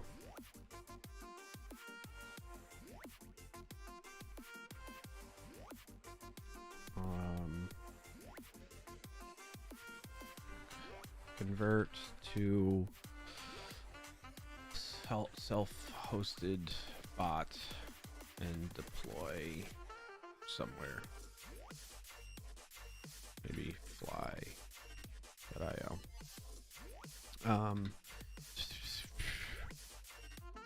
Remove code that loads all database data into memory, and instead do a lookup and replace with DB queries where needed. Right? Wait, it's only been a week. I was on leave last week and feels like I've been back a month already. Well, hope you had a great leave. Did you go anywhere or did you just do like a little staycation type of thing?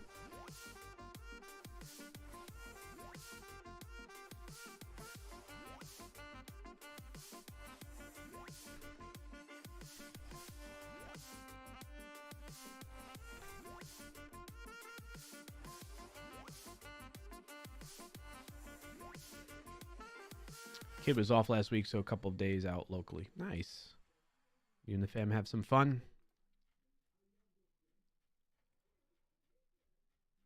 All right, this is all working though, thankfully. Not too worried about the speed of it just yet. We can sort that out more once we get things running. And move it to a database that's closer to where I'm going to host this bad boy. Plus, if I... Actually, can I host this on AppWrite? If I host it on AppWrite... Why don't I look into that? Overview databases, functions, messaging, storage.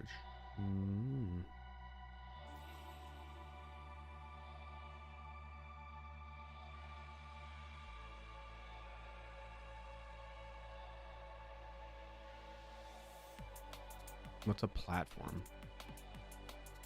AppWrite provides SDK layers for major programmers and platforms, so you don't have to write code for interacting with our API protocols from scratch. We're always working on improving and extending the current stack of available platforms and SDKs.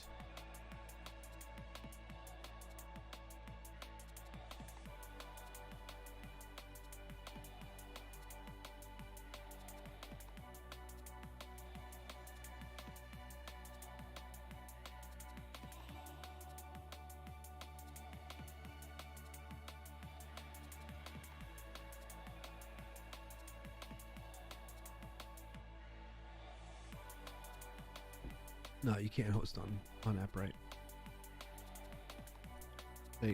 They're acting as a platform that provides authentication for you, databases, functions, messaging, and all that stuff. storage, which is what we're using messaging about. Push notifications, emails, SMS, text messages. Yeah, I'm not worried about that. AppWrite's cool. It's cool, but I don't think it really serves the need for this purposes of this project, you know? So, we'll figure it out.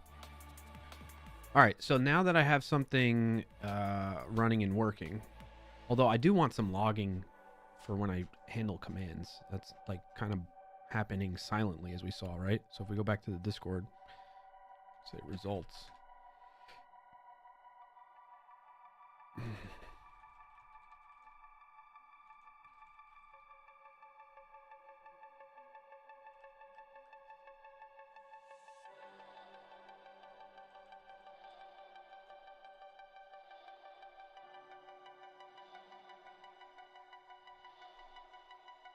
It's all working, you know, but it's just not logging anything, as we can see here in the terminal. So let's deploy it though, right? Let's see if we can deploy this bad boy.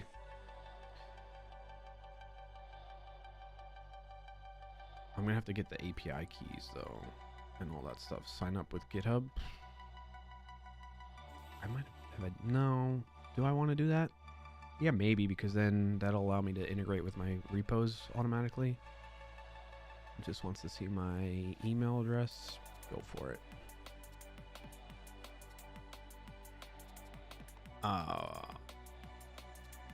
Launch from GitHub. I gotta add a credit card first.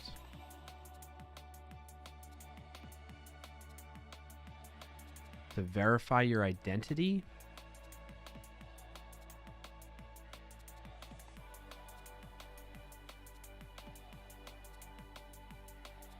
Maybe I go with render instead.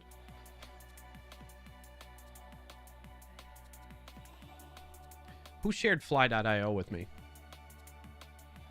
Huggins, right? Huggins, if you're still there, are you lurking?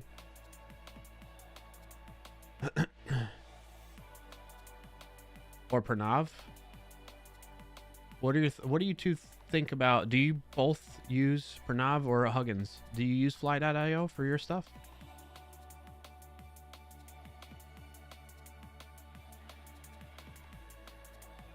I'm going to dashboard. Yeah, I used it in the past. Okay. Is this dark mode or something? That's why. Apps, app builders.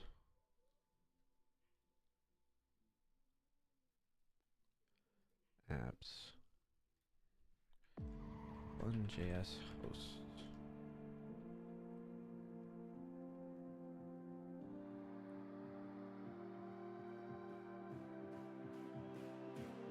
Seems like render might be a good option for me. I've already used them in the past, like when I was using hosting Finite's Twitch. It's a Twitch bot thingy that I used to use with him.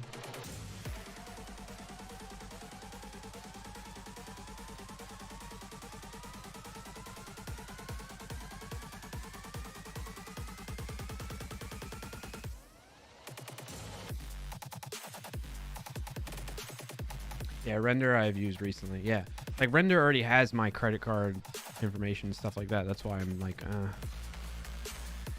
maybe I go back to render. I did like them, although pricing wise, I don't know what might be the difference.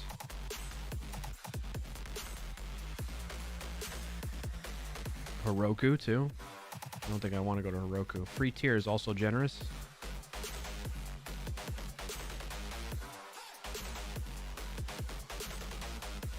I think I might.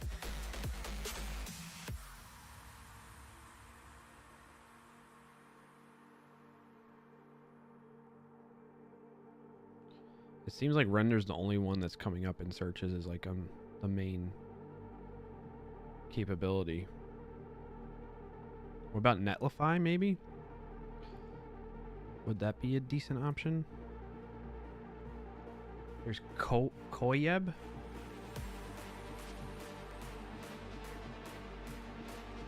I wonder if I just search like Node.js hosting, that would give me better results. What is the best place to host a Node.js app?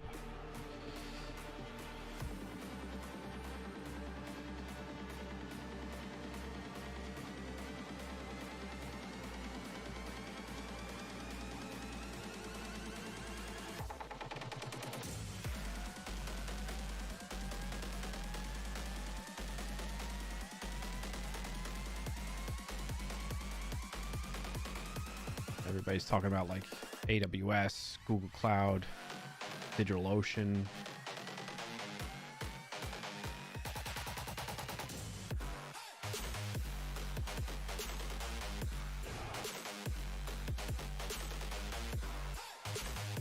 All right, I'm going to go with render. Just because I'm familiar with it already. I think it's on render, right?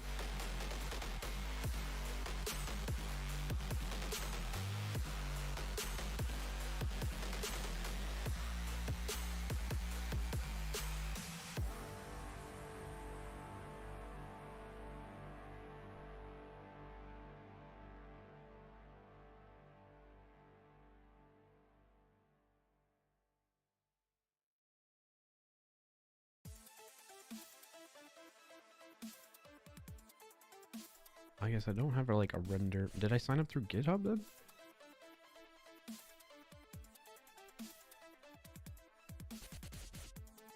Hold on, chat. I know I'm not sharing my screen yet.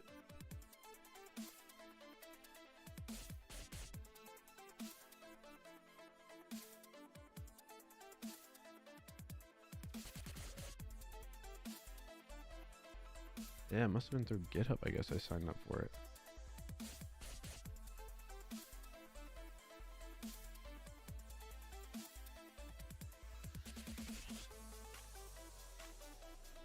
I thought I had like 2FA though for it as well. I do, that's why. It just hit me with it now.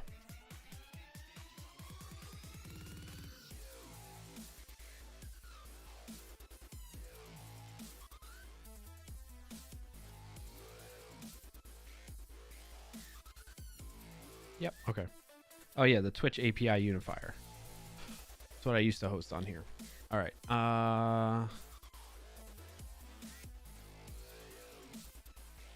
Deploy a button application to render. Let's look at what they say here. Add Express. Da, da, da. Why do I have to have Express? Define a simple server with Express. Commit your changes.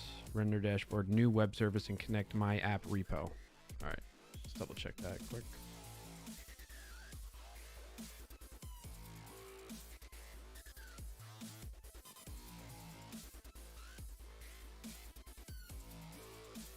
New web service. Get provider. Yep. Discord. No results. How do I get more?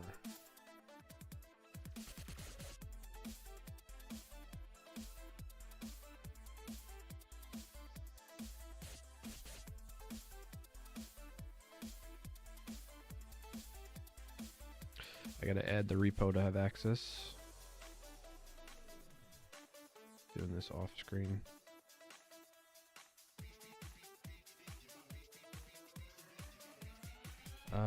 What? Render, yes.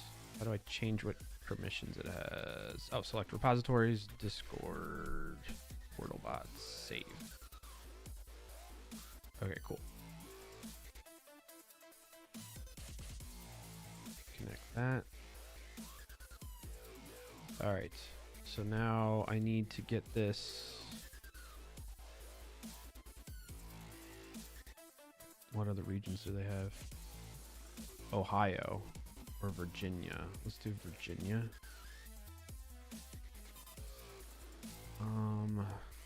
If set, render runs commands from this directory instead of the repository root. Additionally, code changes outside of this directory do not trigger an auto deploy.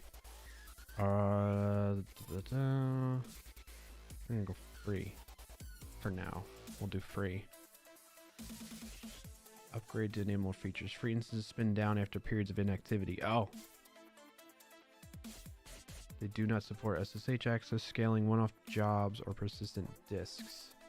Select any paid instance type to enable that. I'll do starter, I guess.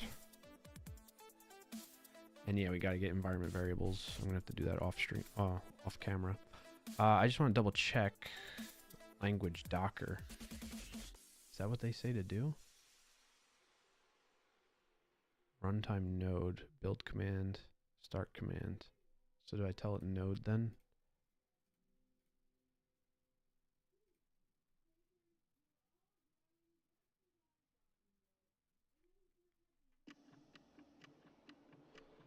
build command. It's gonna be bun install bun run source server.ts.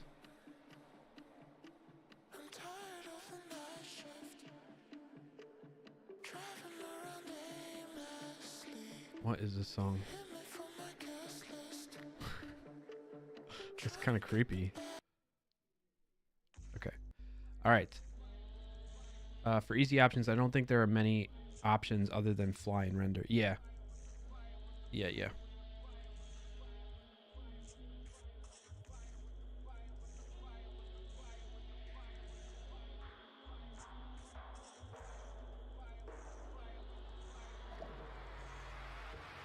Yep. All right, I'm going to set up these environment variables. Hold on.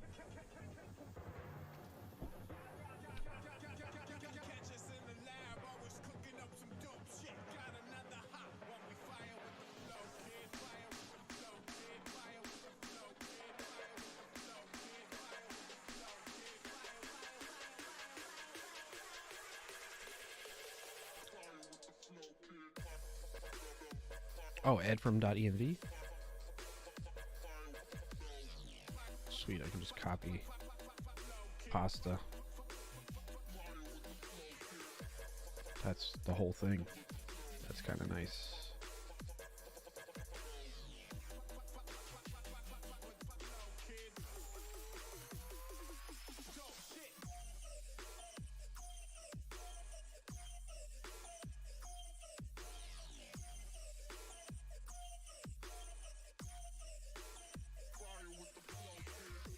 That's a huge quality of life improvement right there.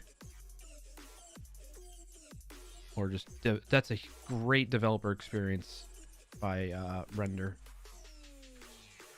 That I could just copy my entire .env file, paste it in there, and then it parsed it into environment variables for me. That is wonderful. Oh.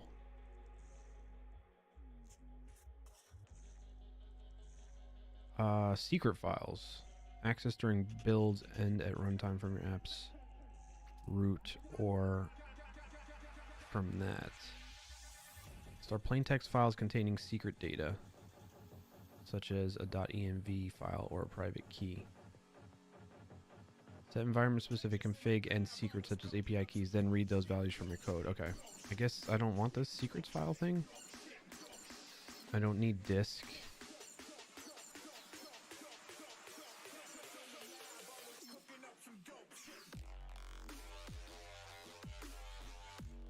Health check path, none. Pre-deploy command, no. Auto deploy, yes. Build filters, no. We're good. All right, I think I could deploy this now.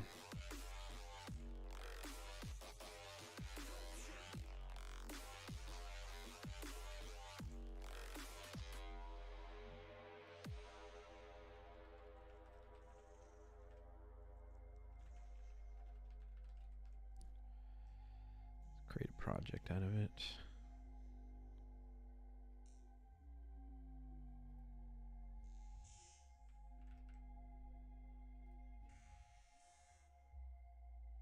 Deploy. See what happens, chat.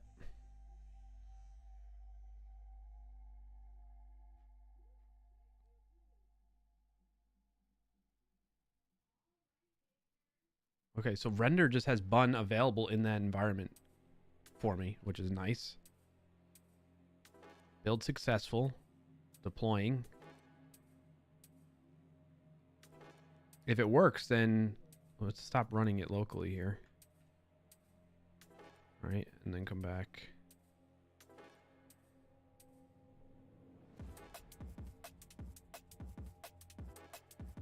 Script not found. Source. Oh, shit.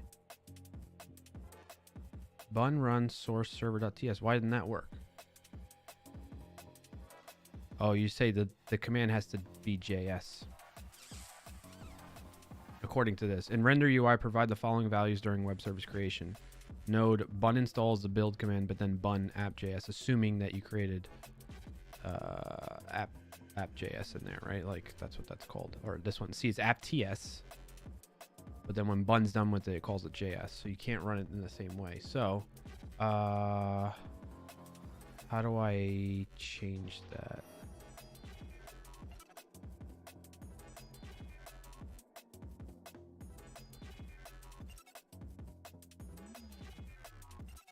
On run source server.js. How do I edit? JS. Save those changes. Okay, let's see what happens. Let's see, chat. We're deploying on a Friday afternoon, right before the weekend.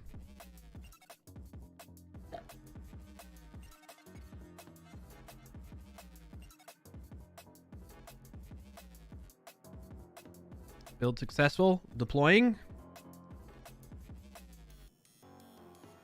Using bun11.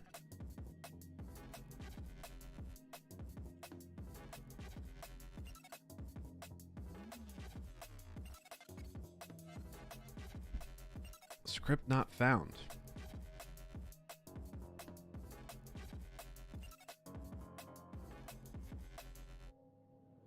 Just like it should be.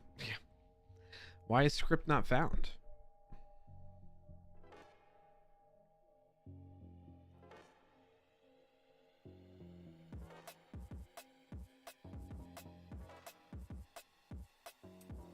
Can I look at the file contents somehow?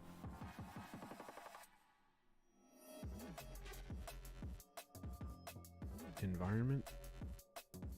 Yeah, I don't know what it's going to reveal, so that's my environment stuff.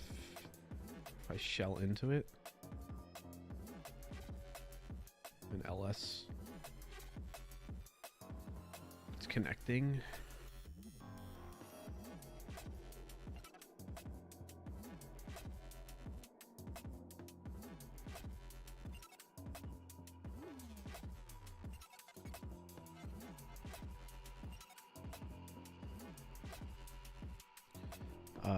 ls.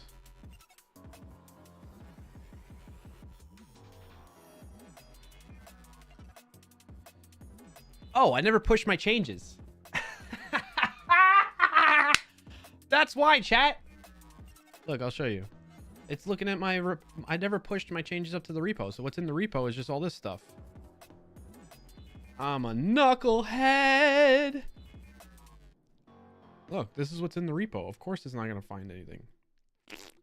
Push your changes, buddy boy. Let's see what we changed again. We moved everything around. What did we change here? Actions v4. Which are not going to get triggered anymore anyway. I think we're good. We are going to be good. All right, so we're going to say git add dot git commit -m make me a real bot git push. All right, now it's all there. That will probably, I imagine, trigger this. Yeah, make me a real bot. So let's see the deploy.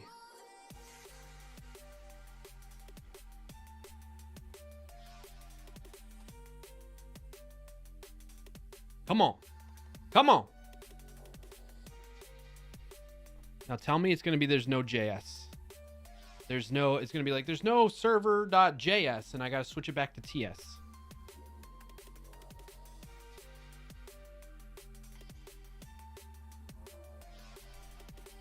We got an error. There is no server. Okay. You pain in my butt. Edit. TS. Save those changes. Build that sucker. Build that sucker. Work this time. It's gonna work now. Here we go.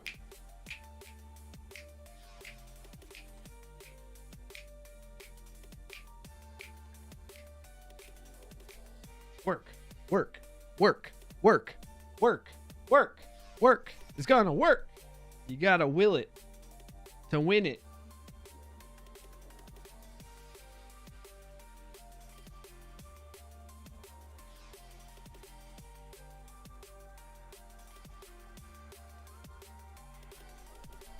Yeah! Okay, it's working. Now we're gonna go into... It's not gonna work in here because I changed it to work with the real... Oh, hold on, chat.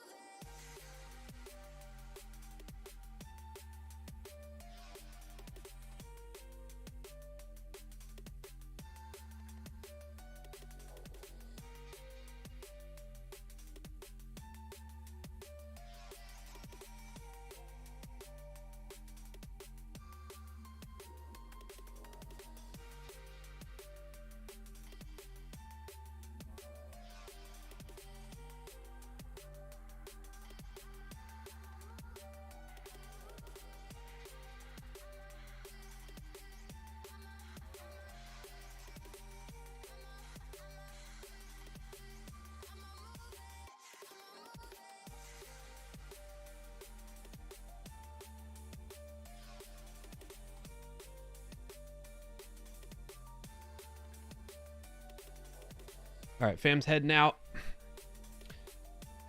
Did anybody test it out? No open ports detected. What? Does that mean it's not working? It shouldn't. I guess Render's expecting it to be like a hosted like API. Right?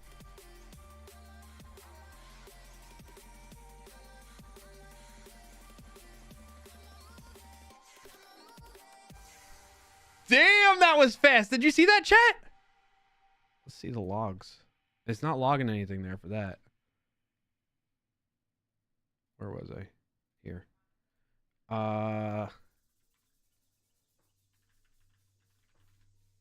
That's fast. If I try to paste in another Wordle result again, let's see what happens. We should see some logs. Is it all? There it is. Yes, chat. It's working. Results already exist. Latest game number. So now we got a bot that's just running and deployed. We did it on a Friday. Booyah! Oh, yeah. Oh, yeah. Oh, yeah. That's cool. Now it's going to cost me money. That's not cool. I mean, it's understandable, though. $7 a month ain't bad. Ain't bad. But that's the thing. Like, it's just such a simple bot. Like, why do I got to pay $7 a month? That ain't gonna... I wonder if I switch it to the free tier, if it'll... Can I do that? In settings? If I update this. Why did I switch it to the paid one? For more power and to get the most out of render, we recommend using one of our paid. Of course you do. You want to make money. Duh. If I switch it to that, they spin down after periods of inactivity. And then will I have to... They do not... That's why I want... Yeah, that's why I switch it to the $7. I don't want it to spin down. What's considered a period of inactivity?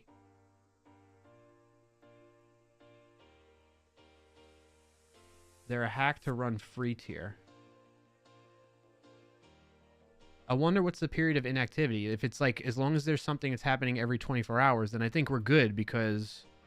well, actually, yeah, I think we're good. It's 15 minutes, Pranav? Where'd you find that out, buddy?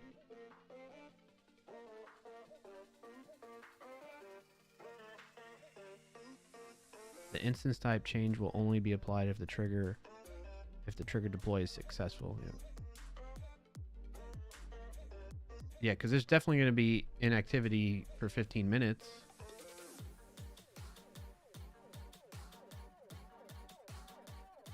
You know?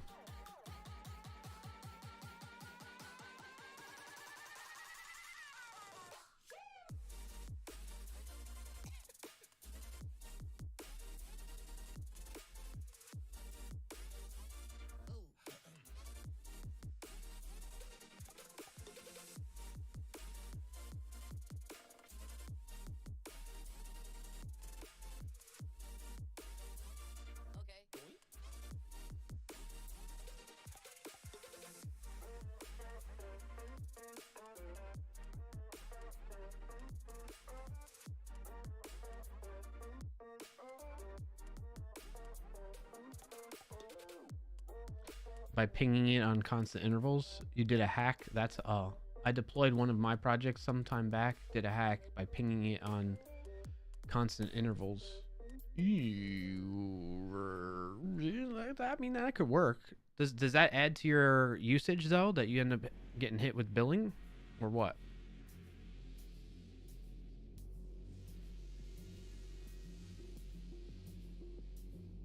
Why does it say deploying?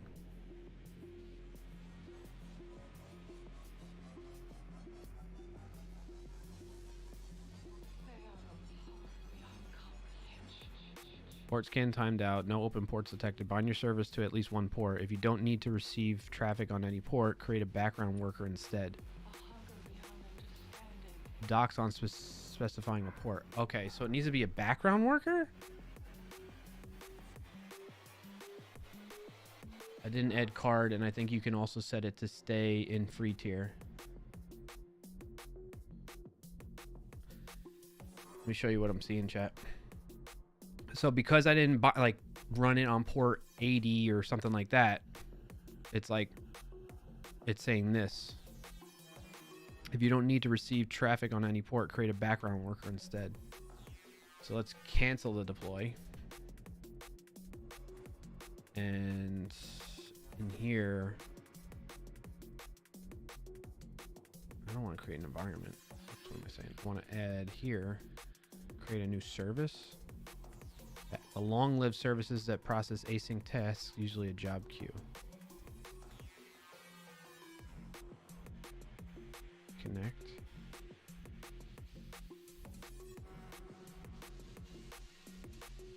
BG background job.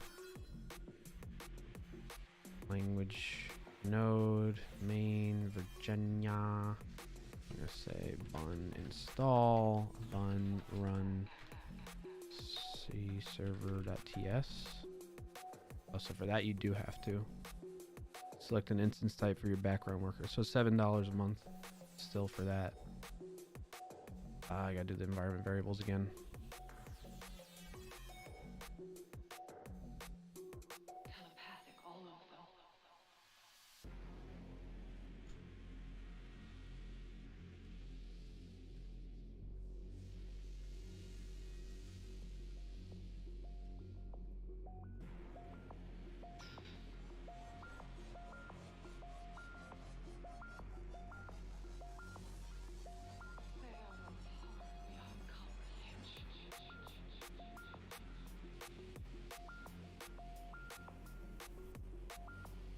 Discord message. Set this to true. Parsed Wordle. Get rid of that. We're gonna comment out that and uncomment that. And I think we're good. So how is this gonna work as a background worker?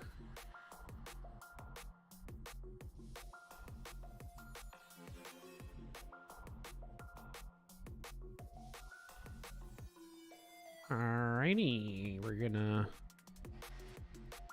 deploy this too.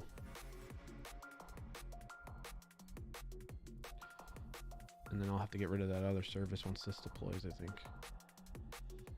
We're gonna delete this. Delete the web service. Sudo delete web service Discord Wordle bot bun. You ain't got bun, son. Go to deploying on this. First deploy. Alright, share my screen again. Service is live. Running bun run logged in is that. Okay. So it should still be working now, and now it won't error out or crash because it's thinking renders thinking that I need to bind to a certain port. Let's double check that. We're gonna say results first. What?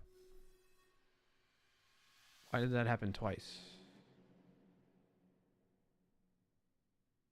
Did it not fully delete the other one? Why did I get two responses? Am I running here? No, I'm not running here.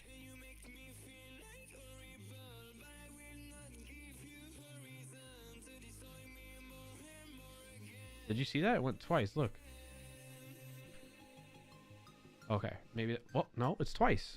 Where else is this running now? Did it not fully... It must not have shut down the other one or something?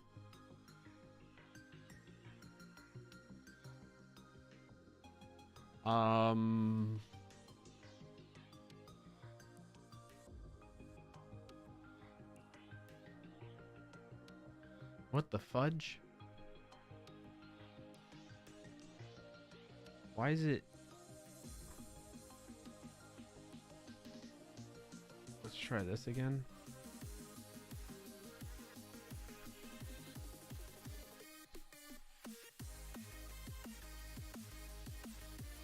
Older one might be alive? Yeah. Seems weird. Whoops. Where else could it be running?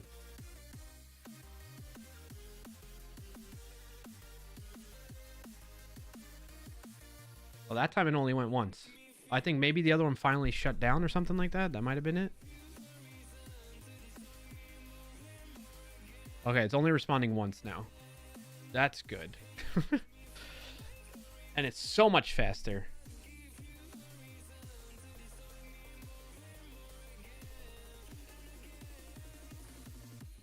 Okay. All right. Woo! All right, we got something working. Comes with a cost, but I think that's worth it. Yeah. Cool. All right, what else can we do? We can add more commands to it. We can start cleaning up the code a bit. Where's my convert self-hosted? We did that, so this is going to be...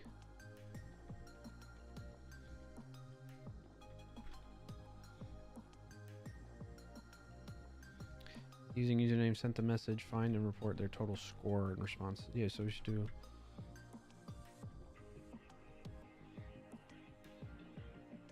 Maybe we do like a stats. Remove code that loads the database data into memory. We can do that. We can do all kinds of stuff now, man. We got like a legit project going, chat. This is legit. Too legit. Is that ping command gonna work too? No, it doesn't do anything. I mean, you could do it, but it's just not gonna respond or anything like that. We probably should get rid of that too. Woohoo! We did something. I feel so accomplished. All right, note to self. We need to remove that code. We're gonna add more commands. I think we should do this while we're at it. Maybe today I have time to do that. What time is it? 4:40. Nah, we probably should wrap up. Should wrap up the stream. We gotta feed the dog, get ready to make some dinner. That kind of thing. But wow, that feels good. So what'd we do today? What'd we do? What'd we accomplish? Let's recap a little bit here. We converted the code to, instead of being like, we should probably can get rid of these. Let's delete some files. Let's clean up some stuff too, because this is going to be confusing right now. This is not being used anymore. We can get rid of, we can get rid of the GitHub Actions. We don't need those anymore. I kind of want to keep them there just in case. Maybe we create like a, not a folder there, but like out here, create a folder and we call it like, actions code. And then we move that and that into there.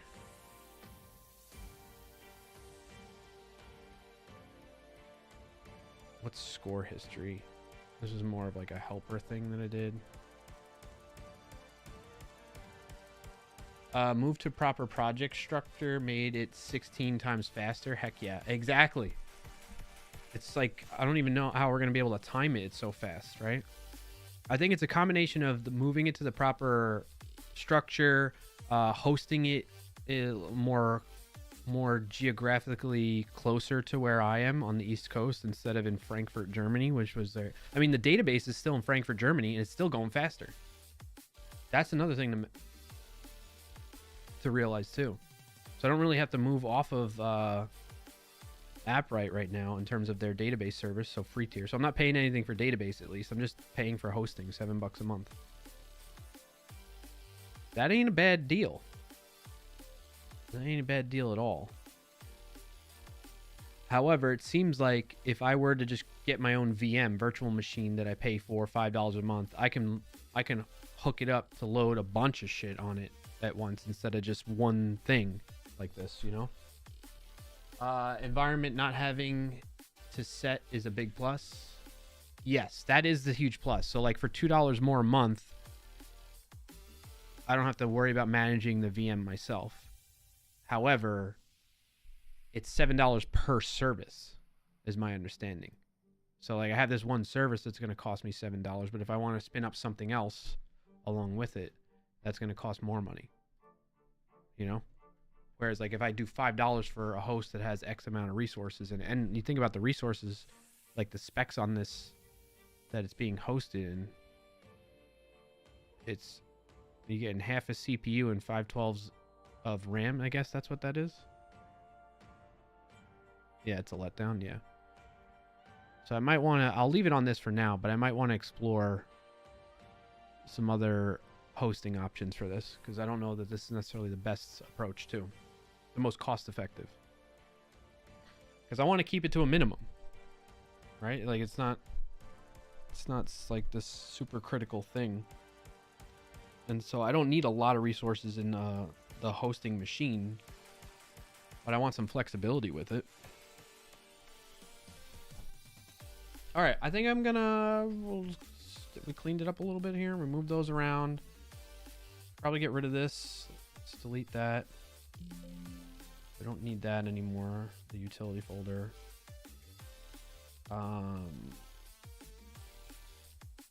Got user stats server, score history. This should be separate, really. I'm gonna move this. Also, it should go. Discord channel ID should come from the env environment variables.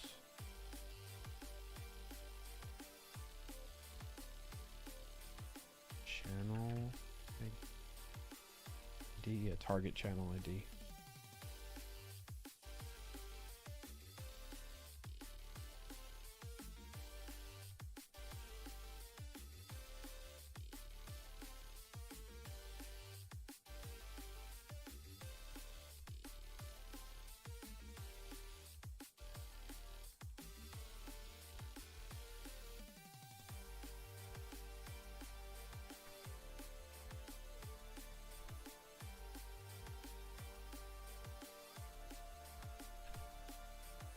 What's wrong with this?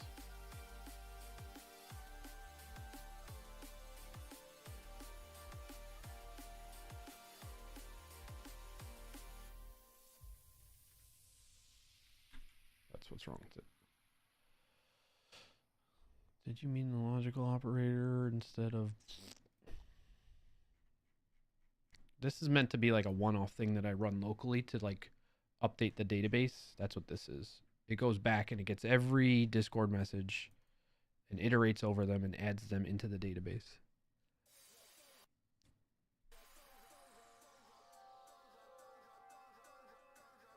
Which is part of the reason why I was following that pattern of loading up all the database. Yeah, what the heck? Oh.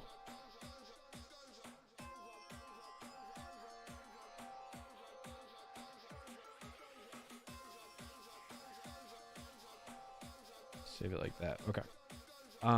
It would iterate over each one and store them in the database. That's kind of what this is. Let's rename this to get score history, and then just put like a new folder, local util. Move that folder out here. And then put that in there. Okay, that's cleaning it up a bit. So now what really is just needed for the source of this bot is this code. The DB connection, the server, gathering user stats for the results command, the results command definition, and this custom client. That's much cleaner. So let's do that. Git add dot, git commit -m, project cleanup, git push. All right, cool. Gonna head off. It's pretty late here. Yeah, I know. Pranav, feeling good after joining the stream. Thanks. That's good to hear. Glad to hear that, Pranav. I hope you have a good rest of your Friday and weekend, and I will catch you next week, okay? All right, on that note, though, we're gonna rock on out of here. And hopefully, maybe well, it's probably late now, right, for White Panther?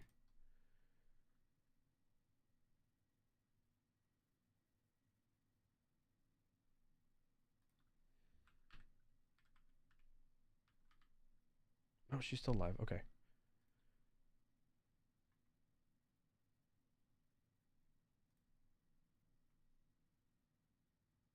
All right, chat. We are going to close it out. Thank you all for tuning in today. Hope you enjoyed it. We got a lot done. I feel good about that with the bot. And it's deployed. We deployed on a Friday and successfully with no issues. We got past any little hiccups that we had with that. But outside of that, it's rocking and rolling. So enjoy the Wordle bot. If you'd like, and you've been watching this long, whether live or in the recording, be sure to join the Discord. You can go to clarkio.com, clarkio.com/Discord for the invite to that server. And then you'll see there's the Wordle channel in there, and you can share your Wordle results in there, and all your history of playing Wordle will be captured for you, which is kind of a cool thing that I'm excited about for me too. And then you could use the commands too to see your history and results over time. Outside of that, if you've been watching this long over on YouTube live, then be sure to like and subscribe to the channel so you don't miss out on upcoming streams. And then over on Twitch, if you're watching all this time, don't forget to follow. I know I've done that before when I'm tuning into a streamer and it gets towards the end, and then I miss their future streams because I didn't follow them. Dope. So be sure to do that, okay? Thank you for tuning in. I will be back next Friday, which will be November 15th. And I think in that one, we'll work on adding more commands and that type of thing to the bot and go from there. All right? Hope you all have a good rest of your Friday and weekend. I will see you next week. Peace out.